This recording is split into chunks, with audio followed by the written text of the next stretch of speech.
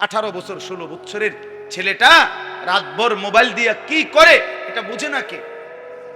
মেয়েটা মাত্র 14 বছর 16 বছর 18 বছরের মেয়েটা 1 ঘন্টা লাগাইয়া সাজ্জা গুইজা বিভিন্ন রকমের পারফিউম ব্যবহার করে কত রঙ্গ রসে কত রূপে সাইজা রাস্তায় বের হয়।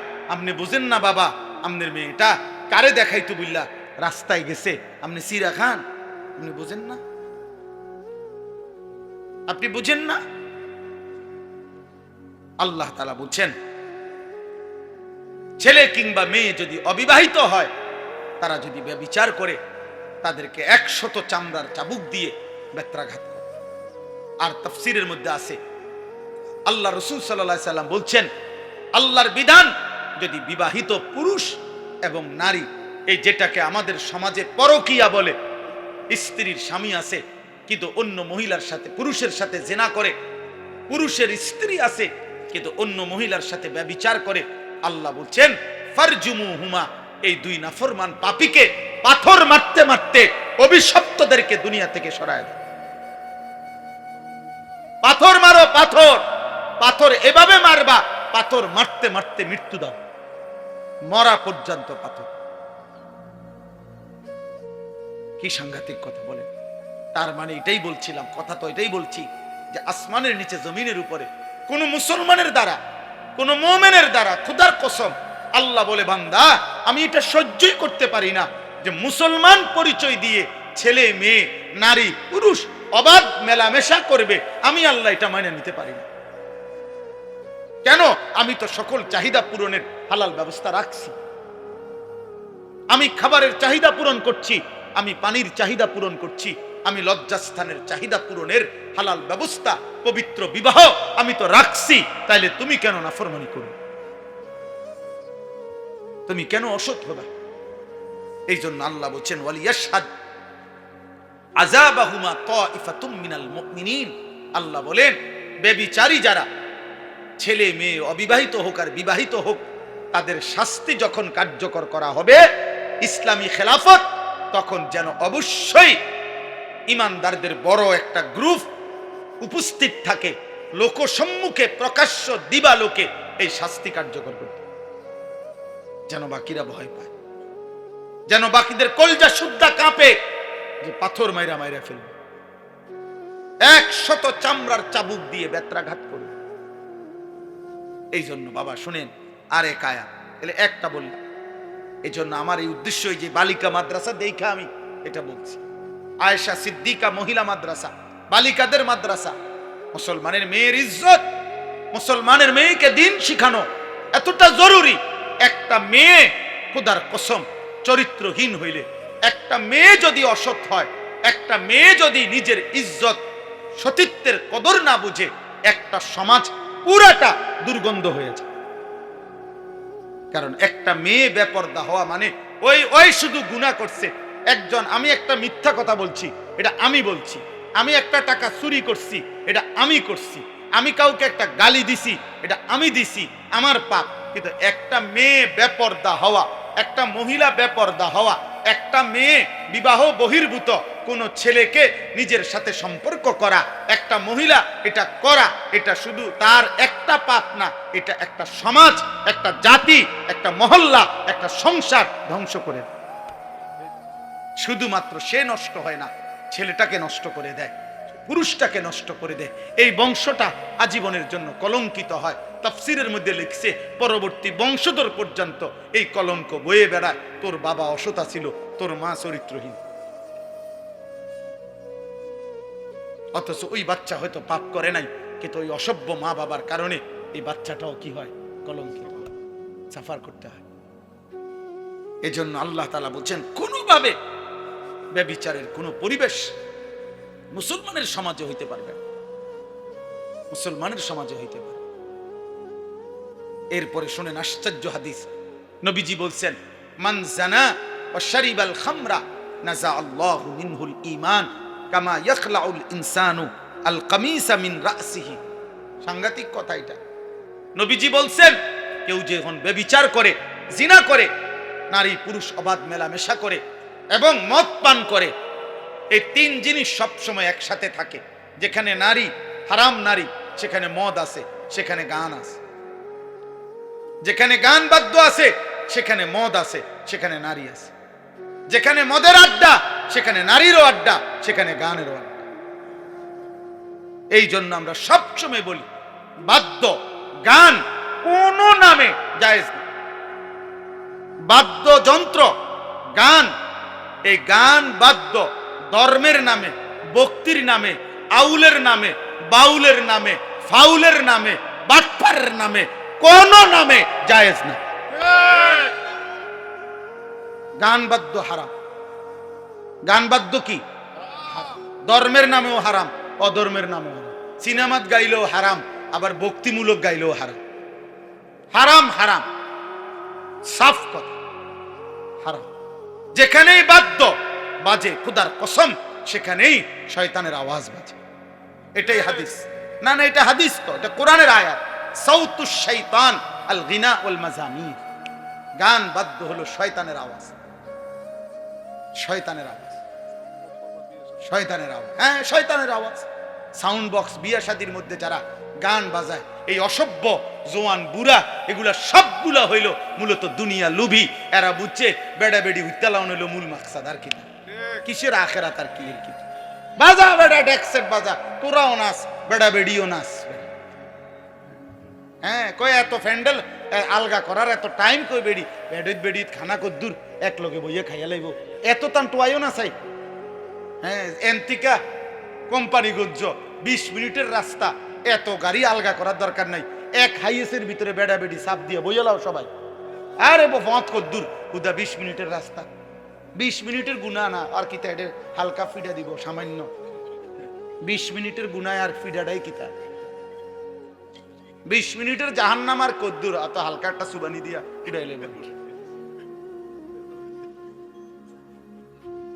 হ্যাঁ, খামখেয়ালি আখেরাত, খামখেয়ালি আমরা মনে করি আখেরাত। আহা, নাউযুবিল্লাহ। এটা কঠিন কথা হোক, কিন্তু এটা মনে রাখতে হবে। জিনা ব্যভিচারের পরিবেশ তো আল্লাহর নবী কি বলছেন? যে জিনা করে, মদ পান করে, বাবা শুনেন, নবীজি বলছেন আল্লাহ তাআলা তার অন্তর থেকে ঈমান এভাবে খুলে ফেলে, আহা, মানুষ যেমন তার শরীর থেকে জামা খুলে ফেলে। কোন মানুষ যেমন তার শরীর থেকে জামা খুলে ফেলে, জিনা এবং মদ পান করিলে আল্লাহ তার কলজা থেকে ঈমান খুলে ফেলে। বলেন বলেন, কোন মেয়ে, কোন ছেলে, কোন স্বামী, কোন স্ত্রী, কোন পুরুষ মহিলা, তার দ্বারা যদি এই ব্যভিচারের কোন পরিবেশ হয়, কি হবে? আল্লাহ আমাদেরকে মাফ করে দেন, আল্লাহ আমাদেরকে মাফ করে দেন। আমাদেরকে সত্য কঠিনটাও শুনতে হবে। সুবহানাল্লাহর ফজিলত যেমন শুনতে হবে, আল্লাহর বিধানের কঠিন শাস্তির কথাও কি করতে হবে? কষ্ট হলেও শুনতে হবে। কেউ যদি বাঁচে, একজন যদি বাঁচে থাকে, সর্বশেষ হলো আয-যানি লা ইয়ানকিহু ইল্লা যানিয়াতান আও মুশরিকা। এটা মারাত্মক কথা। এই শেষ কথাটা বলি, এই আপনারা যারা এখানে বসা আছেন, পর্দার আড়ালে যে সমস্ত মা মেয়ে আপনারা আছেন, আপনাদের কাছে আমার এই শেষ কথা। আপনারা যারা ছেলের বাবা, আপনারা যারা মেয়ের বাবা, আপনারা যারা মা মেয়ে আছেন, তোমরা যারা কিশোর যুবক ভাই আছো, তোমাদেরকে বলি, এটা মারাত্মক কথা। আল্লাহ বলছে আয-যানি লা ইয়ানকিহু ইল্লা যানিয়াতান আও মুশরিকা। আল্লাহ বলে, যেই পুরুষ ব্যভিচারী, যেই পুরুষ চরিত্রহীন, যেই পুরুষ লম্পট, যেই পুরুষ বিবাহের আগেই কোন মেয়ের সাথে হারাম সম্পর্কে লিপ্ত, খোদার কসম আল্লাহ ওয়াদা দিছে যে ওই বিবাহ করবে যাকে, সে আরেকটা ব্যভিচারিণী নারী হবে, অথবা মুশরিক বেঈমান নারী হবে। তোর কপালে পবিত্র কিছু জুটবে না, পবিত্র কিছু জুটবে।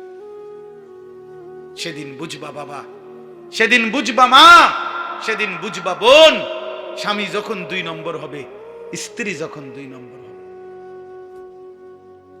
দুনিয়া কত কঠিন।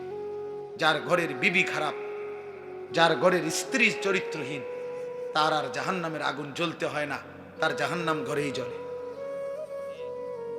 আল্লাহ বলেন ওয়াজ-যানিয়াতু লা ইয়ানকিহুহা ইল্লা যানিন আও মুশরিক, এবং কোন ব্যভিচারিণী খারাপ চরিত্রের মেয়েকে, নারীকে আল্লাহ নিজে বলছে বিবাহ করতে চাইবে না। যে তাকে বিবাহ করবে আল্লাহ বলছে সে হয়তো একটা ব্যভিচারী পুরুষ হবে অথবা একটা মুশরিক পুরুষ হবে। কি সাংঘাতিক কথা কও কামরু, কি ভয়ানক কথা। কি তোর কপালে কোনো পবিত্র স্বামী জুটবে, স্বামী জুটবে। ওয়াহুররিমা যালিকা আলাল মুমিনিন, আল্লাহ বলেন আমি আল্লাহর পক্ষ থেকে ঈমানদার পুরুষের জন্য ব্যভিচারী নারী হারাম করা হলো, ঈমানদার নারীর জন্য ব্যভিচারী পুরুষ হারাম করা। হুররিমা, তাইলে বলেন, এই জন্য আজকে এই রাত গভীরে আমি এতটুকু কথা বলি, আপনাদের মেয়েদেরকে আখলাকের হেফাজত করেন, আপনাদের ছেলের আখলাক হেফাজত করেন, আপনাদের স্ত্রীর আখলাক একজনই মানেন, কোনো অসুবিধা নেই, কেউ না মানেন কোনো অসুবিধা নেই, এত সমস্যা নেই আমার। এই পৃথিবীতে আল্লাহর দ্বীন বলে গেছে এমন হাজারো হাজারো ব্যক্তি যাদের হাতে কেউ কালেমা পড়ে নাই, আল্লাহর কথার আনুগত্য করে নাই, তবুও তারা ব্যর্থ না, আল্লাহর কথা বৃথা হয় না। কেউ না মান, কেউ না মান, রবের কথা বৃথা হয়। আমি আপনাদেরকে জন্য বললাম এই গভীর রাতে আমরা, আমার শেষ কথা এটা, আপনারা মনে রাখবেন, এই ছেলেরা বাবা নষ্ট হইও না বাপ। তুমি এখন কোনো নারী ছবি, অশ্লীল দৃশ্য, বিবাহের পূর্বে কোনো মেয়ের সাথে খারাপ কোনো সম্পর্ক করো না বাবা, তোমার জীবনটা জাহান্নামের টুকরা হয়ে যাবে। আমি বললাম, আমি তোমার চাইতে বয়স্ক, আমি তোমার চাইতে অভিজ্ঞ, আমি তোমার চাইতে বেশি মানুষের জীবন জানি। কষ্ট পাইবা কোনোভাবে তোমরা, এই ছেলে যে কয়জন আছো তোমাদেরকে বলি, চরিত্র হেফাজত করো, অপেক্ষা করো। তোমার মা বাবা তারাও স্বামী স্ত্রী, পুরুষ নারী, আল্লাহ তাদেরকে মিলাই দিছে, তাদের ভালোবাসার ফসল তুমি। তুমি কোনো চরিত্রহীন নারীর সন্তান না, তুমি কোনো চরিত্রহীন বাবার সন্তান না, তুমি এক ইমানদার বাবা মার সন্তান। তো তুমি কেন নষ্ট হইবা? তোমার মা বাপ তো খারাপ ছিল না, তোমার মা বাপ তো বিবাহিত, তোমার মা বাপ তো বিবাহিত, তো তুমি কেন লম্পট হইবা? তুমি তো মাকে কলঙ্কিত করো।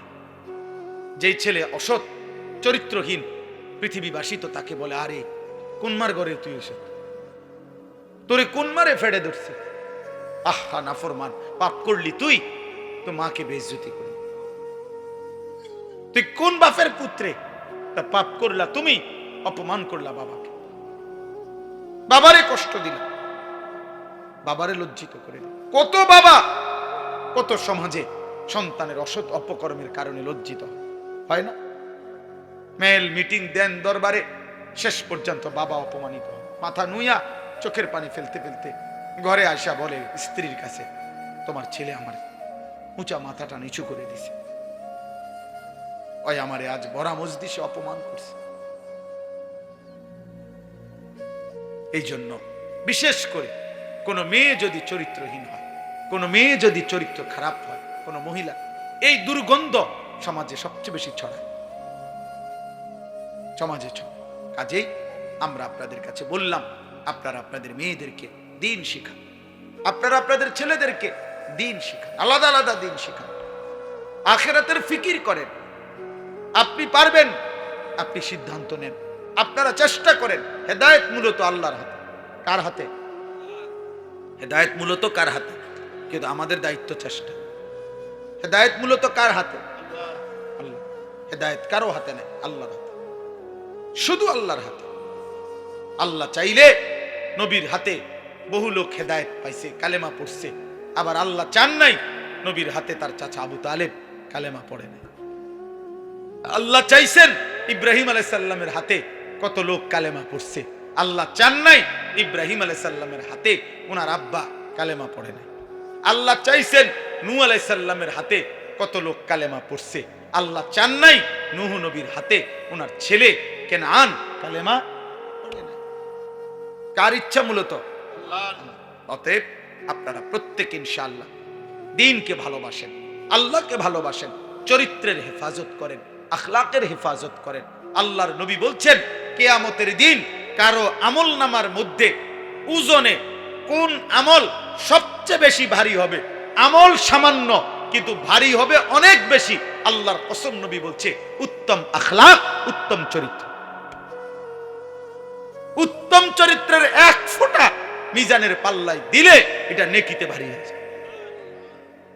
অনেক ওজন, অনেক ওজন, অনেক ওজন। ইউসুফ আলাইহিস সালাম পৃথিবীবাসীকে দেখাইছে, আমি 10 বছর বয়সে বাড়ি ছাড়া হইছি। আমাদেরকে বলছে, হে যুবক, আমি 10 বছর বয়সে বাড়ি ছাড়া হইছি। আমার বাবারে আমি ছোটবেলা পরে আর দেখি নাই, আমার মারে আর দেখি নাই। আমার গ্রাম, আমার দেশ, আমার সমাজ, আমার চাচা, মামা, ফুফা, খালু কেউ ছিল না। আমি একটা পত্তলিক মুশরিক জুলাইখা এবং জুলাইখার স্বামী ছিল মূর্তি পূজক, ওদের ঘরে বড় হইছি। আমার ঘরের সবাই মূর্তি পূজা করত। আমি সেই ঘরের চাকর কৃতদাস ছিলাম, গোলাম ছিলাম। আমি সেই জায়গা থেকেও আমি আল্লাহকে ঠিক মতোই চিনেছি।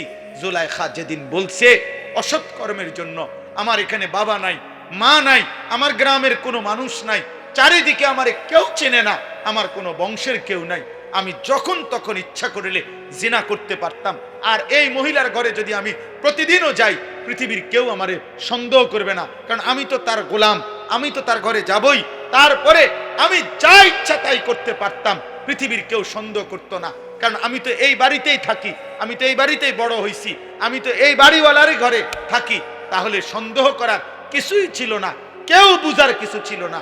কিন্তু ইউসুফ আলাইহিস সালামকে যখন জুলাইখা বলছে, হাই তালাক, ইউসুফ আমার দিকে আসো, অসৎ কামনা বাসনা চরিতার্থ করো, এই ঘরে দাঁড়িয়ে 25 বছরের ঊর্ধ্বে যুবক ইউসুফ আলাইহিস সালাম, যার বাবা নাই, মা নাই, অথচ এমন জায়গায় দাঁড়িয়ে প্রথম শব্দ তিনি বলছেন মাআযাল্লাহ, জুলাইখা তোর হাত থেকে আমি আমার আল্লাহর পানাহ চাই। সুবহানাল্লাহ। ক্বালা মাআযাল্লাহ ইন্নাহু রাব্বি আহসানা মাসওয়াই। ইউসুফ আলাইহিস সালাম দ্বিতীয় কথা বলছে, জুলাইখা তুমি জানো না আমার রব আমার বড় মেহেরবান এক রব, এক অসহায়, যার কোনো ঘর নাই, বাড়ি নাই, যারে তার ভাইরা বাড়ি থেকে বের করে দিছে, কূপে ফেলে দিছে, এমন একজন অসহায় ছেলে আমি। এই অসহায় ছেলে আমি ইউসুফকে আমার আসমানওয়ালা রব সেই ছোট্টবেলা থেকে লালন পালন করে বড় উত্তম আশ্রয়ে লালন পালন করেছেন। আমি কেমনে এমন মালিকের নাফরমানি করব? 3 নম্বরে বলছে ইন্নাহু লা ইউফলিহুজ জালিমুন। এরপরে বলছে জুলাইখা কিয়ামত পর্যন্ত মনে রাখবা, জিনাকার, ব্যভিচারী, এমন পাপী কোনোদিনও সফল হতে পারে না।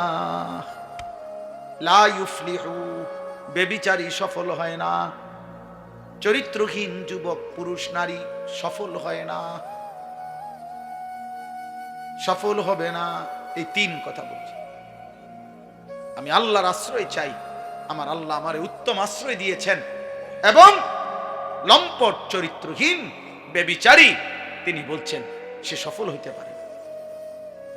এগুলোর জন্য সবগুলো শেষ পর্যন্ত তওবা না করিলে, এই যতগুলো ছেলে মেয়ে বিবাহ বহির্ভূত হারাম সম্পর্ক করে, এগুলো শেষ পর্যন্ত এই পৃথিবীতে অসল, অপদার্থ, দজবঙ্গ হিসাবে পড়ে থাকে। এই ব্যক্তি মূলত মানুষ, ওই ব্যক্তি জানো মানুষ বলে পার্থক্য জ্ঞান আছে, জানো পার্থক্য জ্ঞান। আল্লাহ তাআলা আমাদেরকে বুঝ দান করেন, আমিন। আলহামদুলিল্লাহ, আলহামদুলিল্লাহ নাহমাদুহু ওয়া নাস্তাঈনুহু ওয়া নাস্তাগফিরুহু ওয়া নু'মিনু বিহি ওয়া নাতাওয়াক্কালু আলাইহি ওয়া নাউযু বিল্লাহি মিন শুরুরি আনফুসিনা ওয়া মিন সাইয়্যাতি আ'মালিনা। من يهده الله فلا مضل له ومن يضلله فلا هادي له ونشهد أن لا إله إلا الله وحده لا شريك له ونشهد أن سيدنا وحبيبنا ومولانا محمدا عبده ورسوله أما بعد فأعوذ بالله من الشيطان الرجيم بسم الله الرحمن الرحيم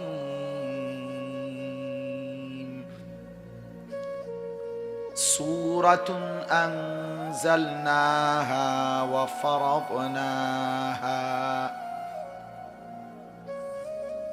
وفرضناها وأنزلنا فيها آيات بينات وأنزلنا فيها آيات بينات لعلكم تذكرون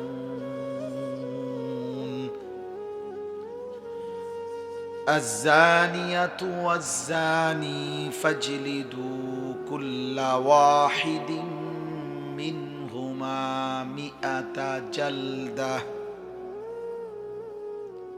ولا تأخذكم بهما رأفة في دين الله إن كنتم تؤمنون بالله واليوم الآخر وليشهد عذابهما طائفة من المؤمنين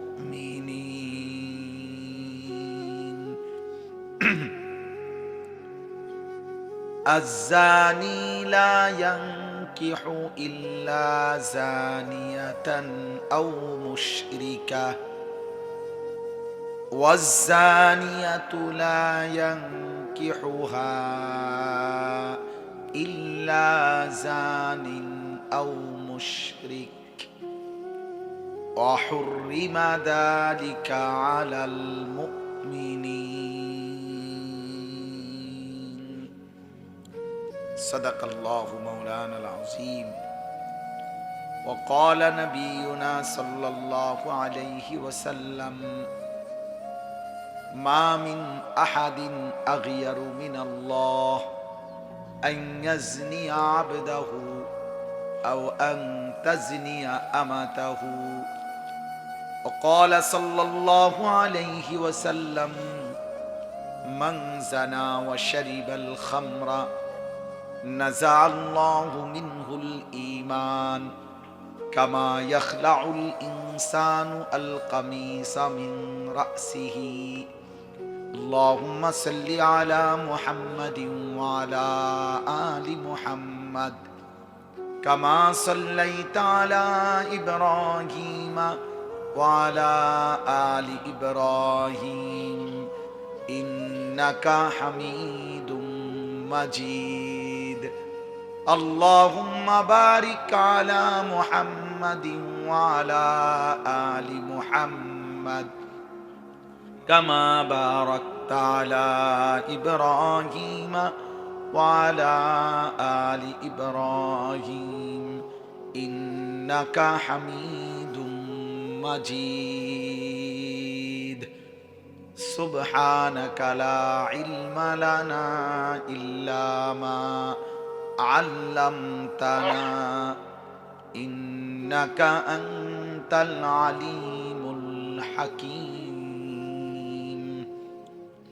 الحمد لله আল্লাহ পাক রব্বুল ইজ্জত জুল জালাল ওয়াল ইকরামের ফজল করম রব্বুল আলামিনের অপরিসীম ইহসান মেহেরবানি দয়া আল্লাহ তাআলা আমাদেরকে আজ 17 ডিসেম্বর 2025, রোজ বুধবার, কুমিল্লা জেলা মুরাদনগর উপজেলাধীন পাক গাজীপুর শ্রীরামপুর হযরত আয়েশা সিদ্দিকা রাদিয়াল্লাহু তাআলা আনহা বালিকা মাদ্রাসার উদ্যোগে আজকের এই তৃতীয় বার্ষিক ইসলাহি মাহফিলে আল্লাহ তাআলা আমাদেরকে আসবার বসবার আল্লাহর জন্যই জমা হওয়ার তৌফিক দান করেছেন, আলহামদুলিল্লাহ। সবার কাছে আমি আবারও একবার বলতেছি, শতভাগ মনোযোগ দিয়ে আন্তরিকতা নিয়ে আল্লাহর কথা শুনে। প্রিয় ভাই, প্রতিটা মাহফিল ছোট হোক বড় হোক আখিরাতের আশায় করা। আমার বলা, আপনাদের শোনা, ইন্তেজামওয়ালাদের আয়োজন, সবকিছুর মধ্যেই মূলত একটা ছোট মাকসাদ মূল থাকে যে আমাদের যেন জীবন পরিবর্তন হয়, আমাদের মধ্যে যেন অনুভূতি আসে, ভাবনা তৈরি হয়, আমরা যেন আখিরাত নিয়ে ভাবি, নিজেকে নিয়ে ভাবি। আমার মধ্যে যেন এই অনুভূতি জাগে যে আমার মৃত্যু পরবর্তী জীবন কি হবে, গুনাহ আমার কি ক্ষতি করে, নেক আমল আমাকে কি উপকার করে, জাহান্নাম থেকে বাঁচবো কিভাবে, জান্নাতে যাব কিভাবে, আমার আল্লাহ তাআলা আমার কাছে চান কি, আমি করছি কি। এই কথাগুলো বুঝা, উপলব্ধি করা বারবার উলামায়ে কেরাম ঘুরে ফিরে বলে থাকে। এই একই কথা। মনে করেন, কল্পনা করেন, কত বছর আগে আমরা আপনাদের এই শ্রীরামপুর আশপাশে ওয়াজ করছি, তো এই একই কথা। আজ কোনো নতুন কিছু নিয়ে আসছি যে চাঁদের দেশ থেকে বা মঙ্গল বিজয় করে মঙ্গল গ্রহ থেকে কোনো কথা নিয়ে আসছি, এমন কিছু না। ওই একই কথা, আখিরাতের চর্চা, কবরের কথা, পরকালের কথা, গুনাহ ছেড়ে দেওয়ার কথা, আল্লাহ তাআলার আনুগত্যের কথা।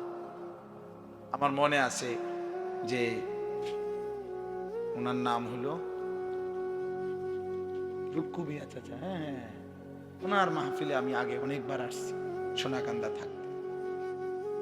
জি জি, রুক্কু মিয়া চাচা, অনেকবার ওনার মাহফিলে আমি বয়ান করছি। আজকে আসার পথে এখন বললাম যে আমাদের বাহার ভাইয়েদের মসজিদ বাড়ির সামনে যে, ওইখানে বয়ান করছি। এখানে আশেপাশে আমি অনেক জায়গায় হ্যাঁ আসছি। তাইলে বলার উদ্দেশ্য হলো, ভাই, এই বছরের পর বছর আল্লাহ যেটুকু বলার তৌফিক দিছেন, মূল ফিকির আখিরাত, মূল ফিকির পরকাল।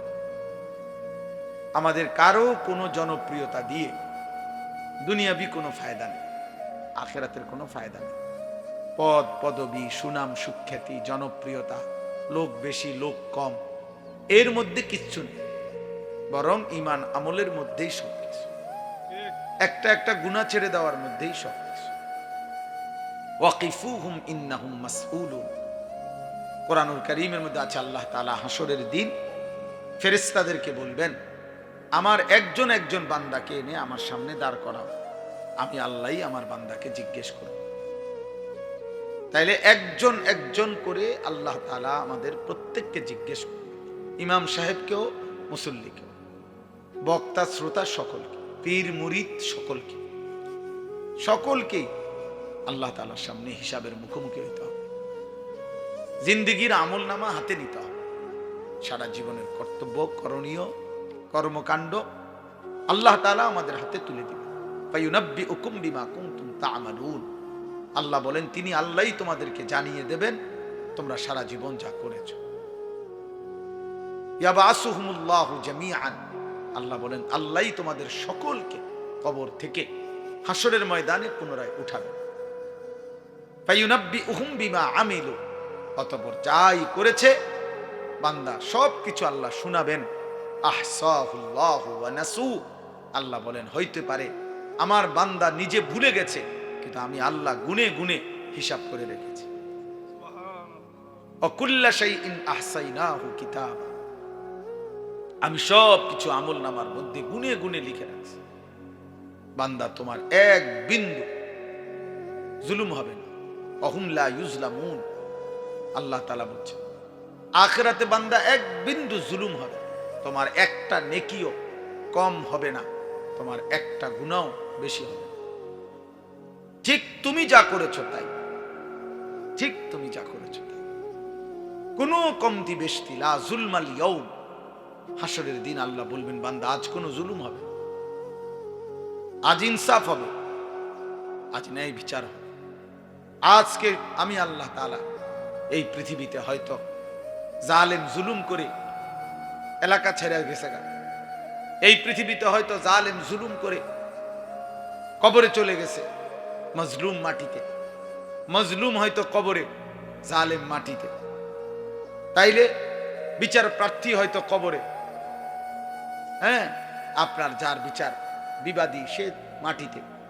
অর্থাৎ এখন তো এরকম ব্যবধান। আল্লাহ বলবেন হাসরের ময়দানে, বান্দা আজ আমি সবাইকে একত্রে সামনে আছে, জালেম মজলুম, নির্যাতিত নির্যাতনকারী, সম্পদ লুণ্ঠনকারী, আবার যার সম্পদ লুণ্ঠন করছে সে, বাদী বিবাদী সব এখানে আছে। আজকে শতভাগ ইনসাফের ফয়সালা, ইনসাফের ফয়সালা। ওয়া নাদাউ মাওয়াজিনাল কিসত, আমি আল্লাহ তাআলা ইনসাফের পাল্লা আমি আল্লাহ তাআলা স্থাপন করব। এই জন্য আমরা কিতাবের মধ্যে পড়ছি যে আল্লাহ তাআলা নির্দিষ্ট একটি দিন আখিরাত কেন নির্ধারণ করছেন? এই জন্য নির্ধারণ করেছেন সেদিন সকলকে একসাথ করবে।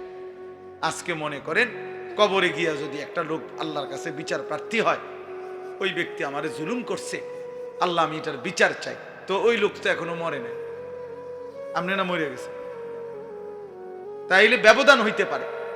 কিন্তু আখিরাত একটি নির্দিষ্ট দিন, সেদিন সকলেই একই জায়গায় কি থাকবে?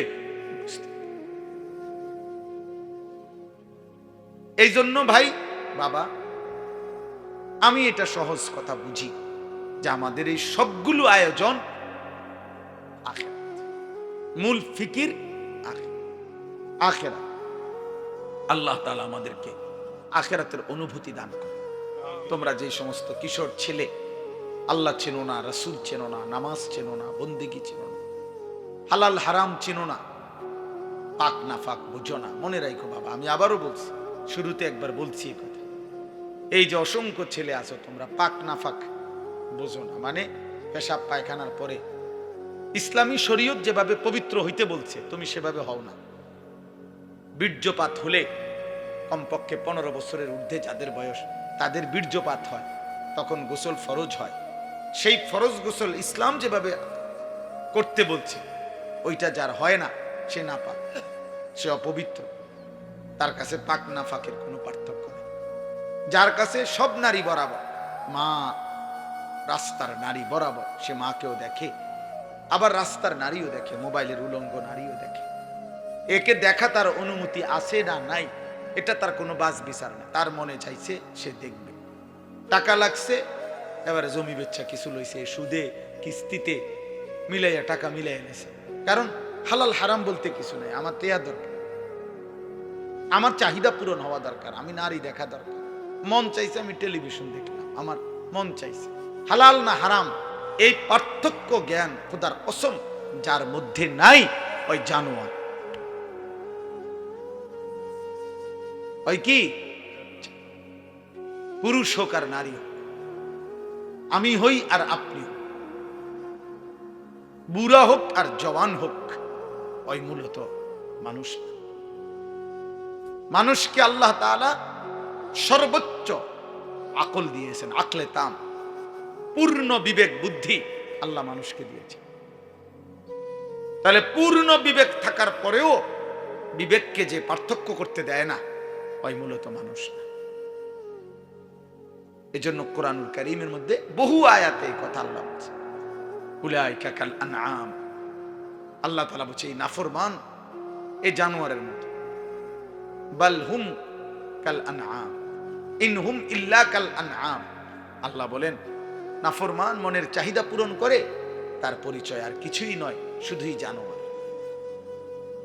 ওয়াত্তাবা হাওয়াহু ফামাসালুহু কামাসালিল কালব, আল্লাহ বলছে যে মনের চাহিদার অনুসরণ করে তার উদাহরণ কুত্তার মতো, কামাসালিল কালব, কুত্তার মতো। কুকুর। সাংঘাতিক বিষয়। অনেক আয়াত আছে কোরআন শরীফ।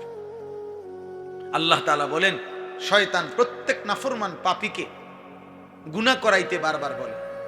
যখনই সে গুনাহ করে সাথে সাথে শয়তান ঘোষণা করে আমি তোমার থেকে মুক্ত, আমি আল্লাহকে ভয় করি। কেমন বাটফার চিন্তা করছেন? শয়তান কেমন শয়তান! শয়তান নিজে কি পরিমাণ শয়তান চিন্তা করে, এইতে আপনারে কি পরিমাণ শয়তানি করে। নিজে তো শক্ত শয়তান। সে বলে এই যে আমি দেখাই,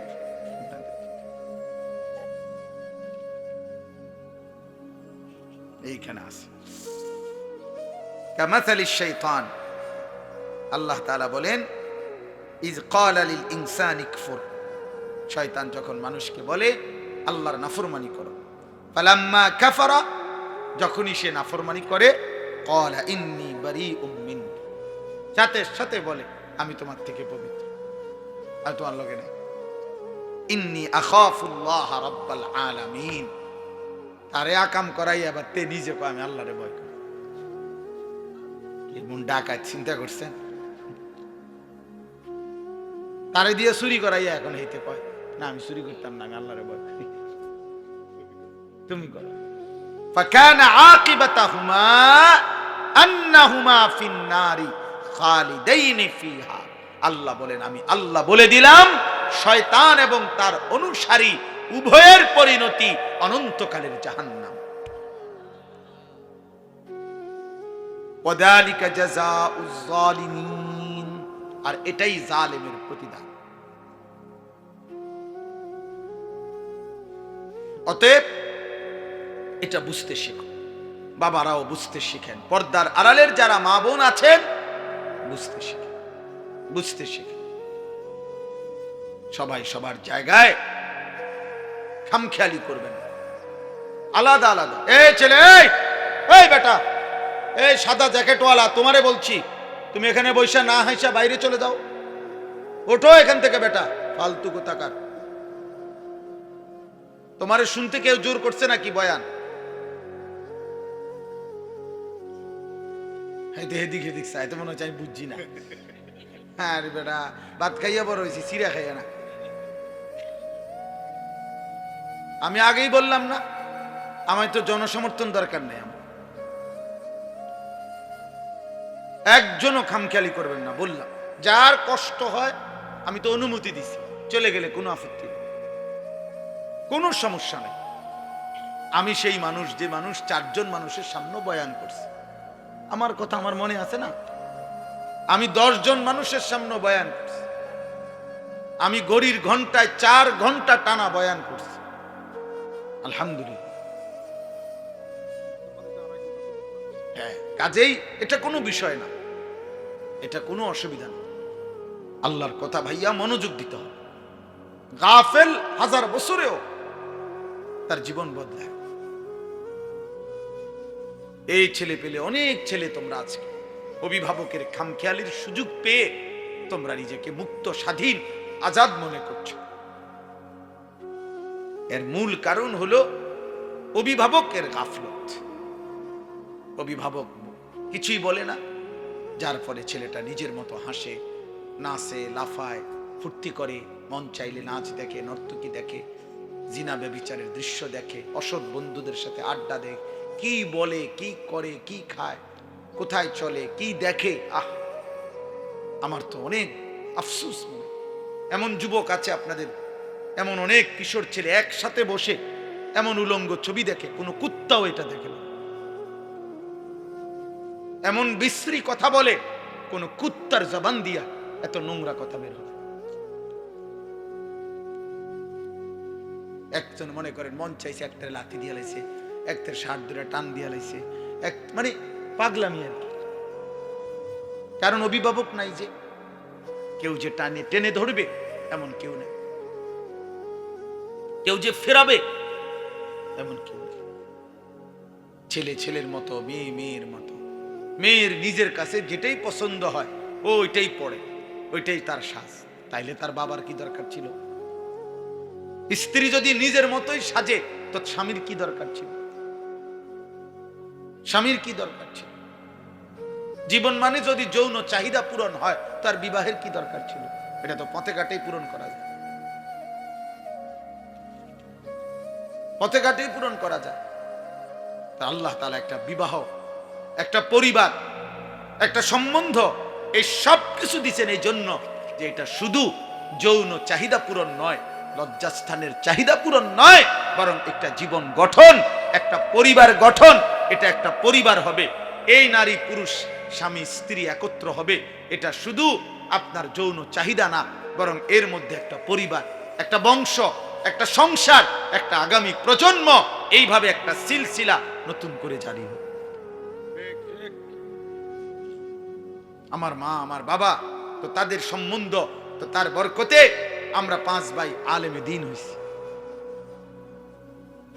3 বোন দিনদার স্বামীর কাছে বিবাহ দেওয়া হয়েছে।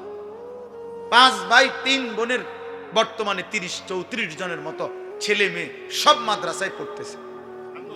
তো সেটা ওই বাবা মার কঠিন সিদ্ধান্ত ছিল। তাহলে একটা জেনারেশন, একটা ফ্যামিলি। হযরত ইব্রাহিম আলাইহিস সালাম আল্লাহর ঘর কাবা পুনর্নির্মাণ করে ইসমাঈলকে সাথে নিয়ে বাবা পুত্র মিলে দোয়া করছে, আল্লাহ আপনি আমাদেরকে ওয়ামিন যুররিয়াতিনা উম্মাতাম মুসলিমাতাল লাক। অনেকগুলো দোয়া, এর মধ্যে এটা একটা দোয়া যে আল্লাহ কিয়ামত পর্যন্ত আমাদের বংশধারায় আপনি এমন মানুষ রাখবেন যারা আপনার আনুগত্যশীল মুসলিম, এমন জাতি কিয়ামত পর্যন্ত আমার ফ্যামিলিতে রাখে। 30 বছর পরে, 50 বছর পরে, 70 বছর পরে যেন আমার ফ্যামিলি হারিয়ে না যায়, যে আর কেউ আল্লাহ চিনে না, আর কেউ সেজদা দেয় না, আর কেউ মসজিদে যায় না, আর কেউ রবের কোরআন চিনে। এই পৃথিবীতে হাজারো লক্ষ মানুষের ফ্যামিলি, খোদার কসম এমন আছে 70 বছর পরে, 50 বছর পরে, 30 বছর পরে ওই ফ্যামিলির আর কেউ আল্লাহ চিনে, আর কেউ নামাজ পড়ে না। হয়তো দাদা নামাজ পড়তো, হয়তো দাদার বাবা নামাজ পড়তো। আমাদের ইন্ডিয়ার একজন বড় বুজুর্গ আওলাদে রসুল সৈয়দ আরশাদ মাদানী হযরত একবার এটা বলছিলেন, এক দেশে সফরে গিয়ে একটি ছোট্ট গ্রামের পাশে ওনারা গাড়ি থামাইয়া নামাজের ওয়াক্ত হইছে, তো নামাজ পড়ছেন। তো নামাজ যখন রাস্তার পাশে রুমাল বিছাইয়া ওনারা 4 জন যখন নামাজ পড়ছেন, তো ওই রাস্তার পাশের বাড়ির ভিতর থেকে একজন বৃদ্ধা নারী, 90-92 বছর বয়স্কা নারী, বুড়া মানুষ, লাঠি ভর দিয়ে ওনাদের কাছে এসে জিজ্ঞেস করছে যে তোমরা এটা যা করলা এখন কি করলা এটা? তো ওনারা বুঝাইয়া বলছেন যে এটা আমাদের রবের প্রার্থনা, ইবাদত, নামাজ। তখন ওই বৃদ্ধা নারী চোখের পানি ফেলে কাইন্দা বলছে, ওনার ওই আল্লাহওয়ালা বলছেন যে ওই বৃদ্ধা নারী চোখের পানি ফেলে বলছে, তোমাদের এই দৃশ্য দেখে আমার মনে পড়তেছে ছোট্টবেলায় আমি যখন পিচ্চি ছিলাম, আমার দাদি নানিরা এরকম করত, আমার দাদি নানিরা এমন করতেন। আজ সময়ের ব্যবধানে তারা ভুলে গেছে, ওই চিনতেছে না নামাজ কি। মনে করেন 60 বছর, 50 বছর যখন, 30 বছর যখন কোনো ফ্যামিলিতে হালাল উপার্জনের কোনো কথা হয় না, তো একদিন সব হারাম করবে। একদিন নাতি ফুত সবে বুঝবো যে সুদের ব্যবসা, কিস্তির ব্যবসা, বাটপাড়ির ব্যবসা, এটাই জীবন, এটাই। একটা ছেলে যদি 40 বছর, 30 বছর, 20 বছর জন্মের পর থেকে সে যদি ছোট্টবেলায় বুঝ হওয়ার পর থেকেই দেখে তার বাপ, দাদা, চাচা, ভাই সব বিড়ি সিগারেট খায়, এই ছেলেটা বুঝবে এটাই জীবন, এটাই জীবন। একটা মেয়ে যদি বুঝ হওয়ার পর থেকে দেখে তার মা বেপরদা, চাচার লগে কথা কয়, ভাসুরের সাথে কথা বলে, যে কোনো মানুষের লগে কথা কয়, রাস্তাঘাটে চলাফেরা করে, তো খোদার কসম ওই মেয়ে এটাই শিখবে যে এটাই জীবন, এটাই জীবন। এই জন্য আজকে আমি প্রথম আপনাদের কাছে এই বালিকা মাদ্রাসা মুসলমানের মেয়েদেরকে দিন শিখায়, মুসলমানের ছেলেদেরকে আলাদা দিন শিখায়, এই ব্যবস্থাপনা আমাদের হক্কানি রব্বানি উলামায়ে কেরামের, যে মুসলমানের কন্যা আলাদা দিন শিখবে, মুসলমানের ছেলে আলাদা দিন শিখবে, যেন কোনো পর্যায়ে কোনোভাবে গুনার কোনো স্পর্শ যেন না হয়। কারণ ছেলে মেয়ের, নারী পুরুষের নির্দিষ্ট সময়ে একত্র হওয়া বিবাহের মাধ্যমে, এটা আল্লাহ তাআলার এমন চূড়ান্ত এমন একটা নিয়ামত। এই নিয়ামতের বরকতে প্রজন্মের পর প্রজন্ম, যদি আব্দুল কাদের জিলানীর বাবা মা একত্র না হতেন তো জামানার এই আউলিয়া কোত্থেকে আসত? যদি বাইজিদ বুস্তামির মা বাবা একত্র না হতেন তো বাইজিদ বুস্তামি নামের এই জামানার বিখ্যাত বুজুর্গ কেমনে আসত বলেন? এই জন্য নারী পুরুষ স্বামী স্ত্রীর পবিত্র বন্ধন এটা গুরুত্বপূর্ণ একটি সমাজের দায়িত্ব। এটা ছেলেদের আখলাকের হেফাজত করা, মেয়েদের আখলাকের হেফাজত করা। একটি পরিবারের প্রধান, খোদার কসম, বাবা মার প্রথম দায়িত্ব তার পরিবারের ছেলে মেয়েদের ঈমান আমল আখলাকের হেফাজত করা। আল্লাহর নবী সাল্লাল্লাহু আলাইহি ওয়াসাল্লাম বলছেন, তোমরা তোমাদের সন্তানের বয়স যখন 10 বছর হয়, ওয়াফাররিকু বাইনাহুম ফিল মাদাজি', আল্লাহর নবী সরাসরি বলছেন, তোমাদের সন্তানের বয়স যখন 10 বছর হয় তোমরা বিছানা আলাদা করো। স্পষ্ট নিষেধ ইসলামী শরীয়তের মধ্যে, যে 10 বছর বয়সী দুই ভাই, আপন দুই ভাই, এক লেফ কম্বলের নিচে শোয়া স্পষ্ট নিষেধ। 10 বছর বয়সী দুই বোন, ভাই বোন, আপন ভাই বোন একত্রে এক বিছানায় শোয়া সম্পূর্ণ নিষেধ। অথচ স্বাস্থ্য ভাই, জ্যাঠতো ভাই, আত্মীয় স্বজনের বিয়ার বাড়ি, 8 বছর 10 বছর 12 বছরের জি ফুত ফুলা পান সব ডিরে এক লগে হুতাই দিয়ে গেছে, সব ডি শুয়ালা একসাথে। হায়রে মুসলমান, এত অসভ্যতা করে আল্লাহ পাওয়া যায়? এত অসভ্যতা করে সুখ পাওয়া যায়? ইসলাম একেবারে ছোট্ট কোলের বাচ্চাটার পর্যন্ত নজরদারি রাখছে। নবী সাল্লাল্লাহু আলাইহি ওয়াসাল্লাম এত গুরুত্ব দিছে যে একটা বাচ্চার নাম এত গুরুত্বপূর্ণ যে আজীবন নবীজি যখনই কারো নাম শুনছেন এলোমেলো, আল্লাহ নবী তৎক্ষণাৎ সুন্দর নাম ঠিক করে দিছে, এখন ঠিক করো, এখন ঠিক করো। নামের সাংঘাতিক প্রভাব। বুজুর্গানে দিন বলে, মানুষের বক্তব্যের, মানুষের লিখনির শিরোনাম দেখেই বোঝা যায় ভিতরে কি হবে। কোন মানুষের নাম শুনেই বোঝা যায় তার ঘর, তার পরিবার, তার ফ্যামিলির রুচি, ঈমান আমল আখিরাত, তাদের ফিকির কেমন। নামে তুইছে রিফন, নামে তুইছে লিটন, নামে তুইছে সফন, তো তার বাবার ভিতরে, মার ভিতরে আখিরাত পরকাল কদ্দুর আছে এটা তো শুনলেই বোঝা। নাম শুনেই তো আন্দাজ করা যায়। বুঝেন নাই কথা? নামেই তো লিফি, নামেই সোনালি, হ্যাপি, তো নাম শুনেই তো আন্দাজ করা যায় মা বাবার কলিজার ভিতরে আখিরাত আছে কিনা। এটা আল্লাহর নবী বলছেন। একটি বাচ্চার হক, অধিকার তার সুন্দর নাম। নামের সাংঘাতিক আসর, প্রভাব। এই জন্য আমি বললাম আমাদের এটা প্রত্যেকের জিম্মাদারি, আমাদের দায়িত্ব, এটা আমাদের এটা জিম্মাদারি। আমরা যেন আমাদের আখলাকের হেফাজত করি, নিজের পরিবারের এটা নজর রাখা।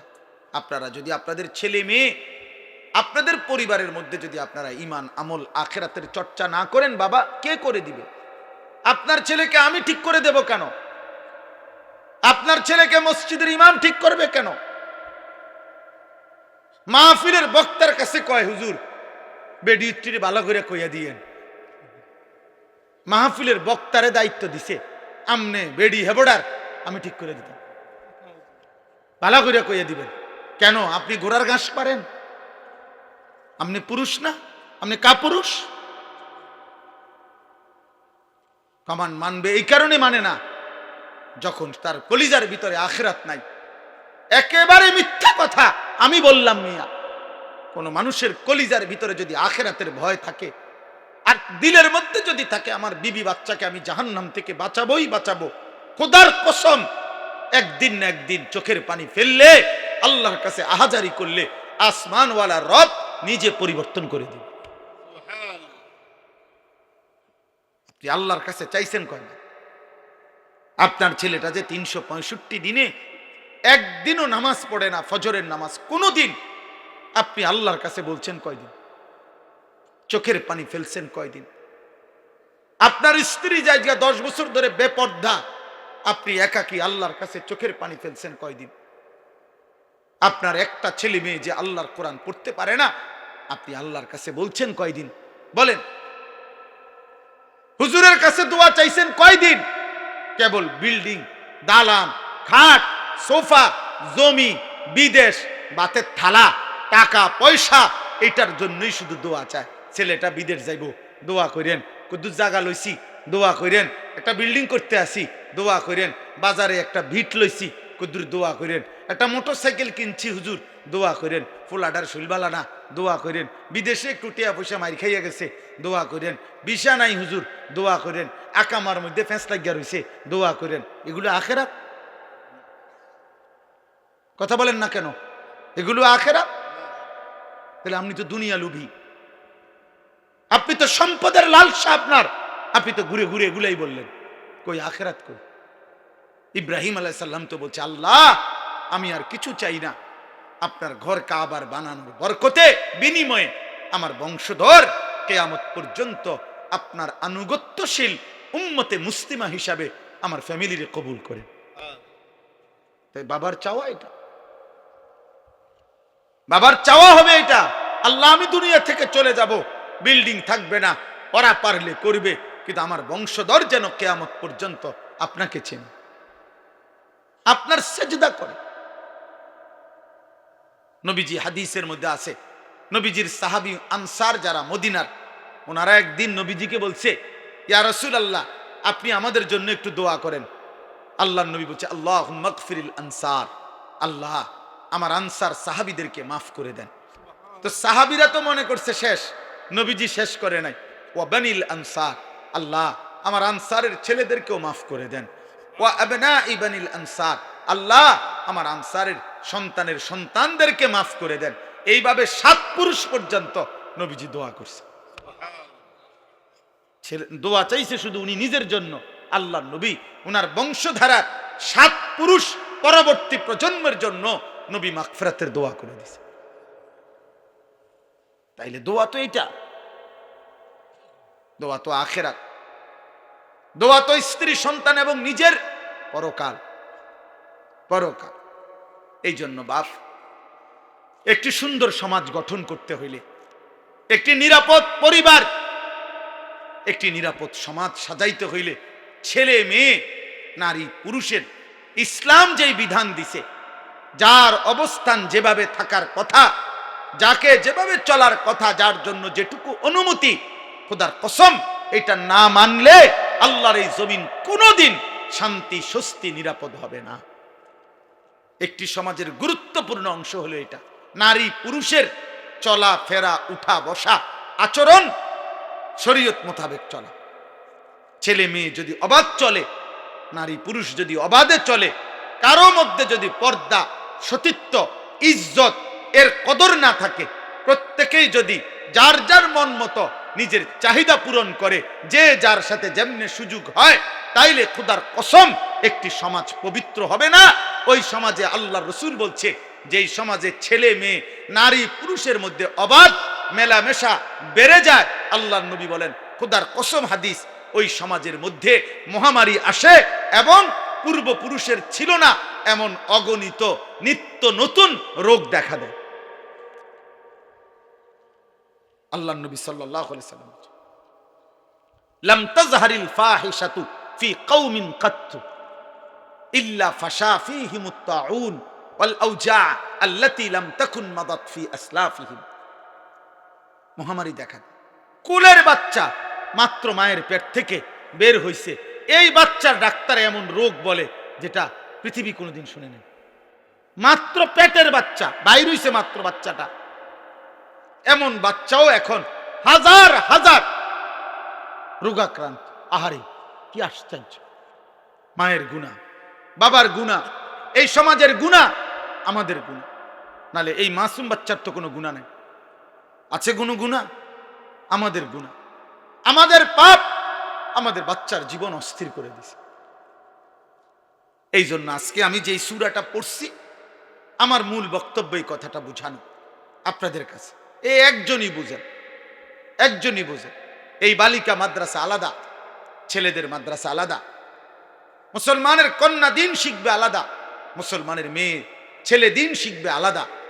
নারী পুরুষের শরীয়তের যেই সীমারেখা, এটা যেখানেই লঙ্ঘন হবে সেখানেই ইনসান আর ইনসান থাকবে না, পশু হয়ে যাবে, পশু হয়ে যাবে। এই জন্য ইসলামী শরীয়তের মধ্যে সবচেয়ে কঠোর, কোন মুসলমানদের উপরে, মুসলিম সমাজে ইমানদারদের যত পাপ আছে, এই সমস্ত পাপের মধ্যে সবচেয়ে ভয়ানক, ইসলামের শরীয়তে, কোরআনে, আল্লাহর বিধানে সবচেয়ে ভয়ানক শাস্তি হলো জিনা এবং ব্যভিচারের শাস্তি। ইসলামের এই বিধানের চাইতে কঠোর শাস্তি অন্য কোনো আমলে নাই, বিধানে নাই। বুঝছে? ইসলামে যত শাস্তি আছে তার মধ্যে ব্যভিচারের শাস্তি, নারী পুরুষ ছেলে মেয়ের অবাধ মেলামেশা, এটার শাস্তি সবচেয়ে জঘন্য। এই জন্য আসমানের নিচে জমিনের উপরে মুসলমানের দ্বারা হতে পারে সবচেয়ে জঘন্য পাপ কোনটি? জিনা, ব্যভিচার। ব্যভিচার আল্লাহ তাআলা এটা কোনোভাবে মেনে নেয় না। হাদিসের মধ্যে আছে, আমি যে হাদিস পড়ছি, মা মিন আহাদিন আগিয়ারু মিনাল্লাহ আন ইয়াজনিয়া আবদাহু আও আন তাজনিয়া আমাতাহু। নবীজি বলেন, আল্লাহ তাআলার সবচেয়ে বেশি গুসা হয় জমিনের কোন পাপে? আল্লাহ বলেন, কোন পুরুষ যখন, নবী বলেন, কোন পুরুষ যখন জিনা করে, কোন নারী যখন জিনা করে।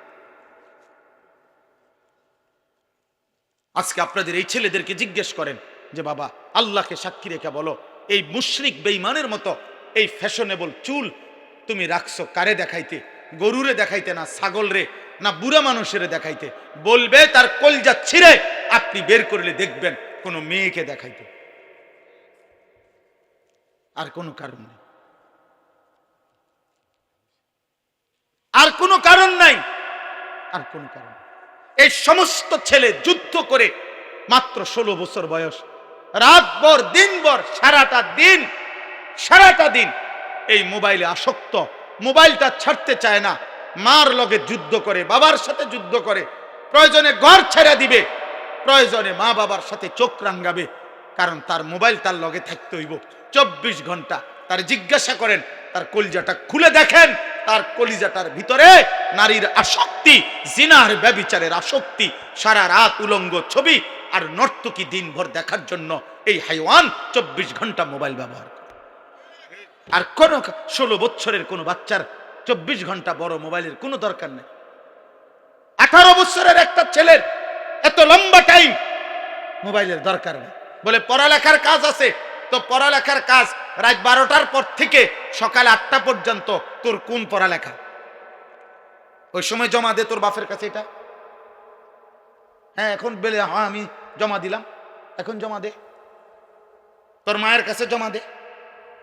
ওই প্রয়োজনে মারে গুলি করব, ওই প্রয়োজনে বাপেরে গুলি করবে, কিন্তু মোবাইল দিবে না। কারণ এর মধ্যে যে তার নারী, এর মধ্যে যে তার উলঙ্গ ছবি। আপনারা দেখেন না আপনাদের ছেলেদের মাত্র 16 বছর, 18 বছর না হতে সাফা ভিতরে ঢুকে গেছে, কালো চেহারা, বেনামাজি, নিকৃষ্ট।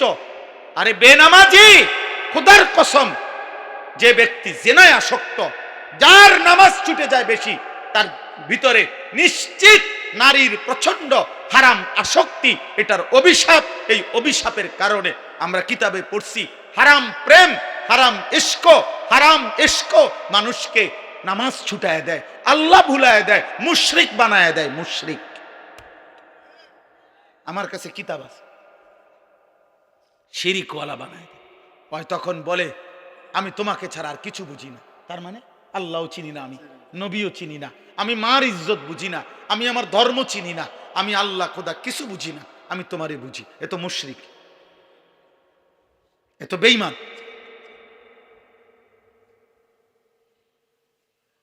আপনারা দেখেন এইখানের যে ছেলেগুলো আছে এগুলো দাঁড় করান, দাঁড় করাইয়া বলেন যে তোর উপরে আল্লাহর কোন গজব পড়লো, এক ওয়াক্ত নামাজ পড়লি না কেন? তোর বাবা মুসলমান না?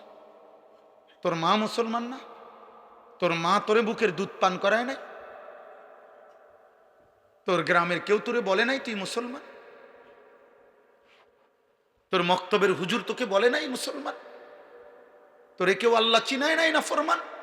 16 বছর বয়স এত বড় গাদ্দার হয়ে গেলি? মাত্র 16 বছর বয়সে যদি একটা মুসলমানের বাচ্চা এত বড় ঘাটতেরা হয় যে আল্লাহকে একটা সেজদা দেয় না, এই হাইওয়ান 40 বছর বয়সে তো দাজ্জাল হয়ে যাবে। এত কম বয়সে যদি এত বড় সাহস সে কোত্থেকে পাইল বলে? 16 বছর বয়সে সে আল্লাহকে বৃদ্ধাঙ্গুলি দেখায়। আপনি কারা আবার? আপনি কে? আমি আপনাকে চিনি না। আমি চিনি আমার শাহওয়াত, আমি চিনি আমার নারী, আমি চিনি আমার বন্ধুদেরকে, আমি চিনি মুশরিক আর বেঈমানদের চুল, চেহারা, লেবাস, পোশাক। আব্বা আমরা এই জন্য আশাবাদী, চেষ্টা করি আমাদের এই ছোট ছোট মাদ্রাসাগুলো জায়গায় জায়গায় কম বেশি মানুষ বানায়। মানুষ আখেরাত চিনায়, হালাল হারামের পার্থক্য চিনায়, পাক নাফাক চিনায়। বলে মাদ্রাসা কি করে? মাদ্রাসা পাক নাফাক চিনায়, মাদ্রাসা হালাল হারাম চিনায়, মাদ্রাসার তালেব এলেমের কলিজার মধ্যে এটা ঢুকায় যে বাবা মরণ পর্যন্ত সুদ খাইস না। মাদ্রাসায় কথা শিখায় মানুষের উপরে গুলি করিস না, মানুষের গায়ে ছুরি মারিস না, কোন হারাম নারীর সাথে বিবাহ বহির্ভূত কোন হারাম সম্পর্ক করিস না। এটা জরুরি বাবা। একটা নারীকে, একটা মেয়েকে তার ইজ্জতের কদর শিখায়, তার সতীত্বের মর্যাদা বুঝায়। সে বুঝে আমার ইজ্জত দামি, আমার সতীত্ব দামি। হ্যাঁ, যদি কোনো জায়গায় কেউ একক কেউ যদি যে বলে হুজুর মাদ্রাসাত পড়েও দেখছি উল্টা পাল্টা, তাহলে ওই শুধু ওই উল্টা পাল্টাটা, মাদ্রাসা উল্টা পাল্টা বানায় নাই, ওর ব্যক্তি চরিত্রের অসতের কারণে। কোরআন তাকে উল্টা বানায় নাই, রাসূলুল্লাহর সুন্নাহ তাকে উল্টা বানায় নাই, ও বরং আল্লাহর কোরআন গ্রহণ করে নাই। তো গ্রহণ না করলে অন্যের যে দশা, এরও তো এই দশাই হবে। কথা বোঝেন নাই আপনি? আমি নিজে সৌদি আরব কাবা ঘরের পাশে, আল্লাহর ঘরের পাশে ডিউটি করে, এতে 24 ঘন্টা সিগারেট খায়। আমি এরকম মানুষ দেখছি। তো এটা আল্লাহর ঘরের দোষ?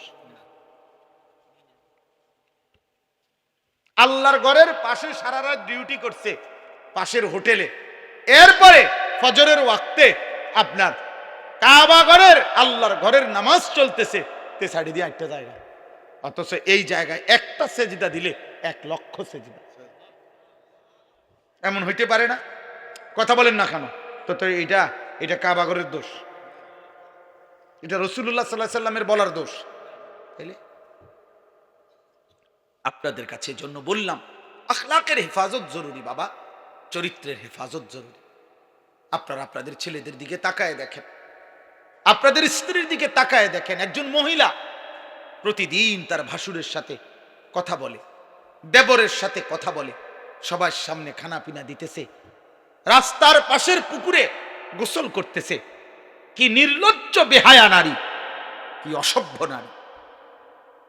স্বামী বেচারা, বেটা তুমি নাফরমান, দুনিয়ার কত কিছু করলা, তোমার বিবির জন্য, মেয়েটার জন্য একটা পর্দায় ঢাকা গোসলখানা করতে পারলা না, তুমি বেড়ই বেড়া আকামলা কোথাকার। তুমি তোমার বিবি বাচ্চার মেয়ের ইজ্জতের কদর বুঝলা না। এই জন্য আপনারা সবাই বুঝবেন না, যদি বুঝেন খবর নেন, রাগ হওয়ার সুরত না।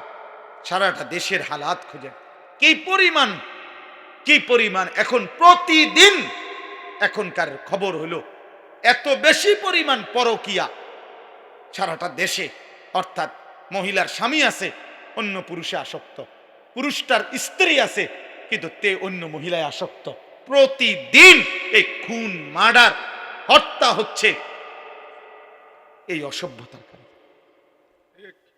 গত 3 দিন আগে আমি নিজে পত্রিকায় পড়ছি, বাংলাদেশে উনি রিপোর্টার লিখছে যে বাংলাদেশে গত 1 বছরের ব্যবধানে গত 10 বছরের চাইতে বেশি HIV আক্রান্ত, এইডস আক্রান্ত রোগীর সংখ্যা গত 10 বছরের চাইতে বেড়ে গেছে। ওই দেখেন এই বেয়াদব, দেখেন কাকে বলে, মানুষকে বলে না ছাগলেরে বলে, কোনো খবর নাই, সে তার কাজে আছে। এই হলো গাদ্দার, এই হলো আহাম্মকদের। বললাম না আমি, এটা এই মোবাইলের প্রচন্ড আসক্ত যেগুলো, এদের ব্রেনে কোনো কাজ করে না, এরা প্রতিবন্ধী। হ্যাঁ বাস্তবে এরা এরা কোনো পাক নাফাক, ভদ্রতা, আখলাক, উচিত অনুচিত বোঝেন। এর কথা হলো, আমি হুজুর তোর আব্বাও যদি বলে আমার মোবাইল ছাড়া জীবনে আমার আর কিছু নাই, আমার কোনো মা নাই, বাবা নাই, আমার কোনো আল্লাহ নাই, রসুল নাই, আমার কোনো হুজুর নাই, আমার কোনো ইমাম নাই, আমার কোনো ধর্ম নাই, আমার কোনো ইসলাম নাই, আমার কোনো কোরআন নাই, আমার একটাই আমার মোবাইল। নারী, ছবি, উলঙ্গ দৃশ্য, জিনা, ব্যভিচার, অশ্লীলতা, বেহায়াপনা, উল্লাস, মদ, জুয়া, এই জীবন আমার, এই জীবন। বেঈমানের দিকে তাকায় থাকে, বেঈমানের ডিজাইন। মুসলমানের ঘরে জন্ম নিয়া 16 বছর বড় হইলি বেটা, মুসলমান মা বাবার ঘরে চুল রাখলি বেঈমানের মতো বেটা, কাপুরুষ বেটা তুই, বেটা থু বেটা তোর কপালে, বেটা থুতু মারলাম তোর কপালে, বেটা তোর ওই বেঈমানের চুলে থুতু মারলাম, বেটা তোর বাপ তোকেই শিখাইছে এই চুল রাখা, তোর মা শিখাইছে, তুই বড়দি হইলি মার ঘরে, মুসলমানের ঘরে, তো বেঈমানের মতো চুল রাখলি কেন বেটা? ওই বেঈমান তোর বাপ, ওই বেঈমান তোর চাচা, ইউরোপের ফুটবল খেলোয়াড় হয় তোর বাপ, বলেন তাইলে সে তার মতো চুল রাখবে কেন? কোন ইহুদি মহিলা, সিনেমার নর্তকী যদি কোনো মুসলমান মেয়ের লেবাস পোশাক সাজগোজের জন্য তার পছন্দ হয়, ওই নারী, ওই মেয়ে কাপুরুষ, অপদার্থ ছাড়া, চরিত্রহীনা ছাড়া আর কিছু হইতে পারে না। আল্লাহ রসুল বলছে, যে নারী চলতি পথে তার আতর, পারফিউম, সুগন্ধি, সেন্ট যদি কোনো পুরুষের নাকে লাগে, খোদার কসম আল্লাহর নবী বলছে ওই নারী ফাহিয়া জানিয়া, ব্যভিচারী, ব্যভিচারী, ব্যভিচারী। শুধু যদি সেন্টের ঘ্রাণ, পারফিউম যদি কোনো পুরুষের নাকে লাগে, আইয়ুমা ইমরাআতিন ইস্তাতারাত ফামাররাত আলা কওমিন লিয়াজিদু মিন রিহিহা ফাহিয়া জানিয়া। রাসূলুল্লাহ বলছে, যে নারী চলার পথে এমন আতর লাগাইছে যে আতরের ঘ্রাণ পুরুষের নাকে লাগছে, সে ব্যভিচারিণী নারী। আল্লাহ তাআলা কোরআনে বলছে, ওয়ালিয়াদরিবনা বিখুমুরিহিন্না আলা জিয়ুবিহিন্না, হে মুসলিম নারী, সারা দেহ একে তো তুমি পোশাক দিয়ে ঢাকবে, দ্বিতীয়ত লম্বা মোটা ভারী চাদর বোরখা দিয়ে ঢাকবে, এরপরে আবার আল্লাহ বলছে তোমার চেহারা, তোমার বক্ষ আলাদা আবারও মোটা পোশাক দ্বারা, আলাদা খিমার, আলাদা ওড়না দ্বারা আবার ঢাকবে। তোমার ইজ্জতের দাম বেশি, তোমার ইজ্জতের দাম বেশি।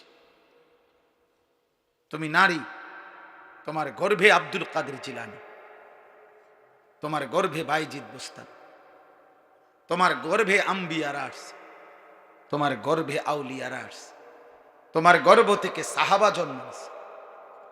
তুমি নারী দামি, দামি।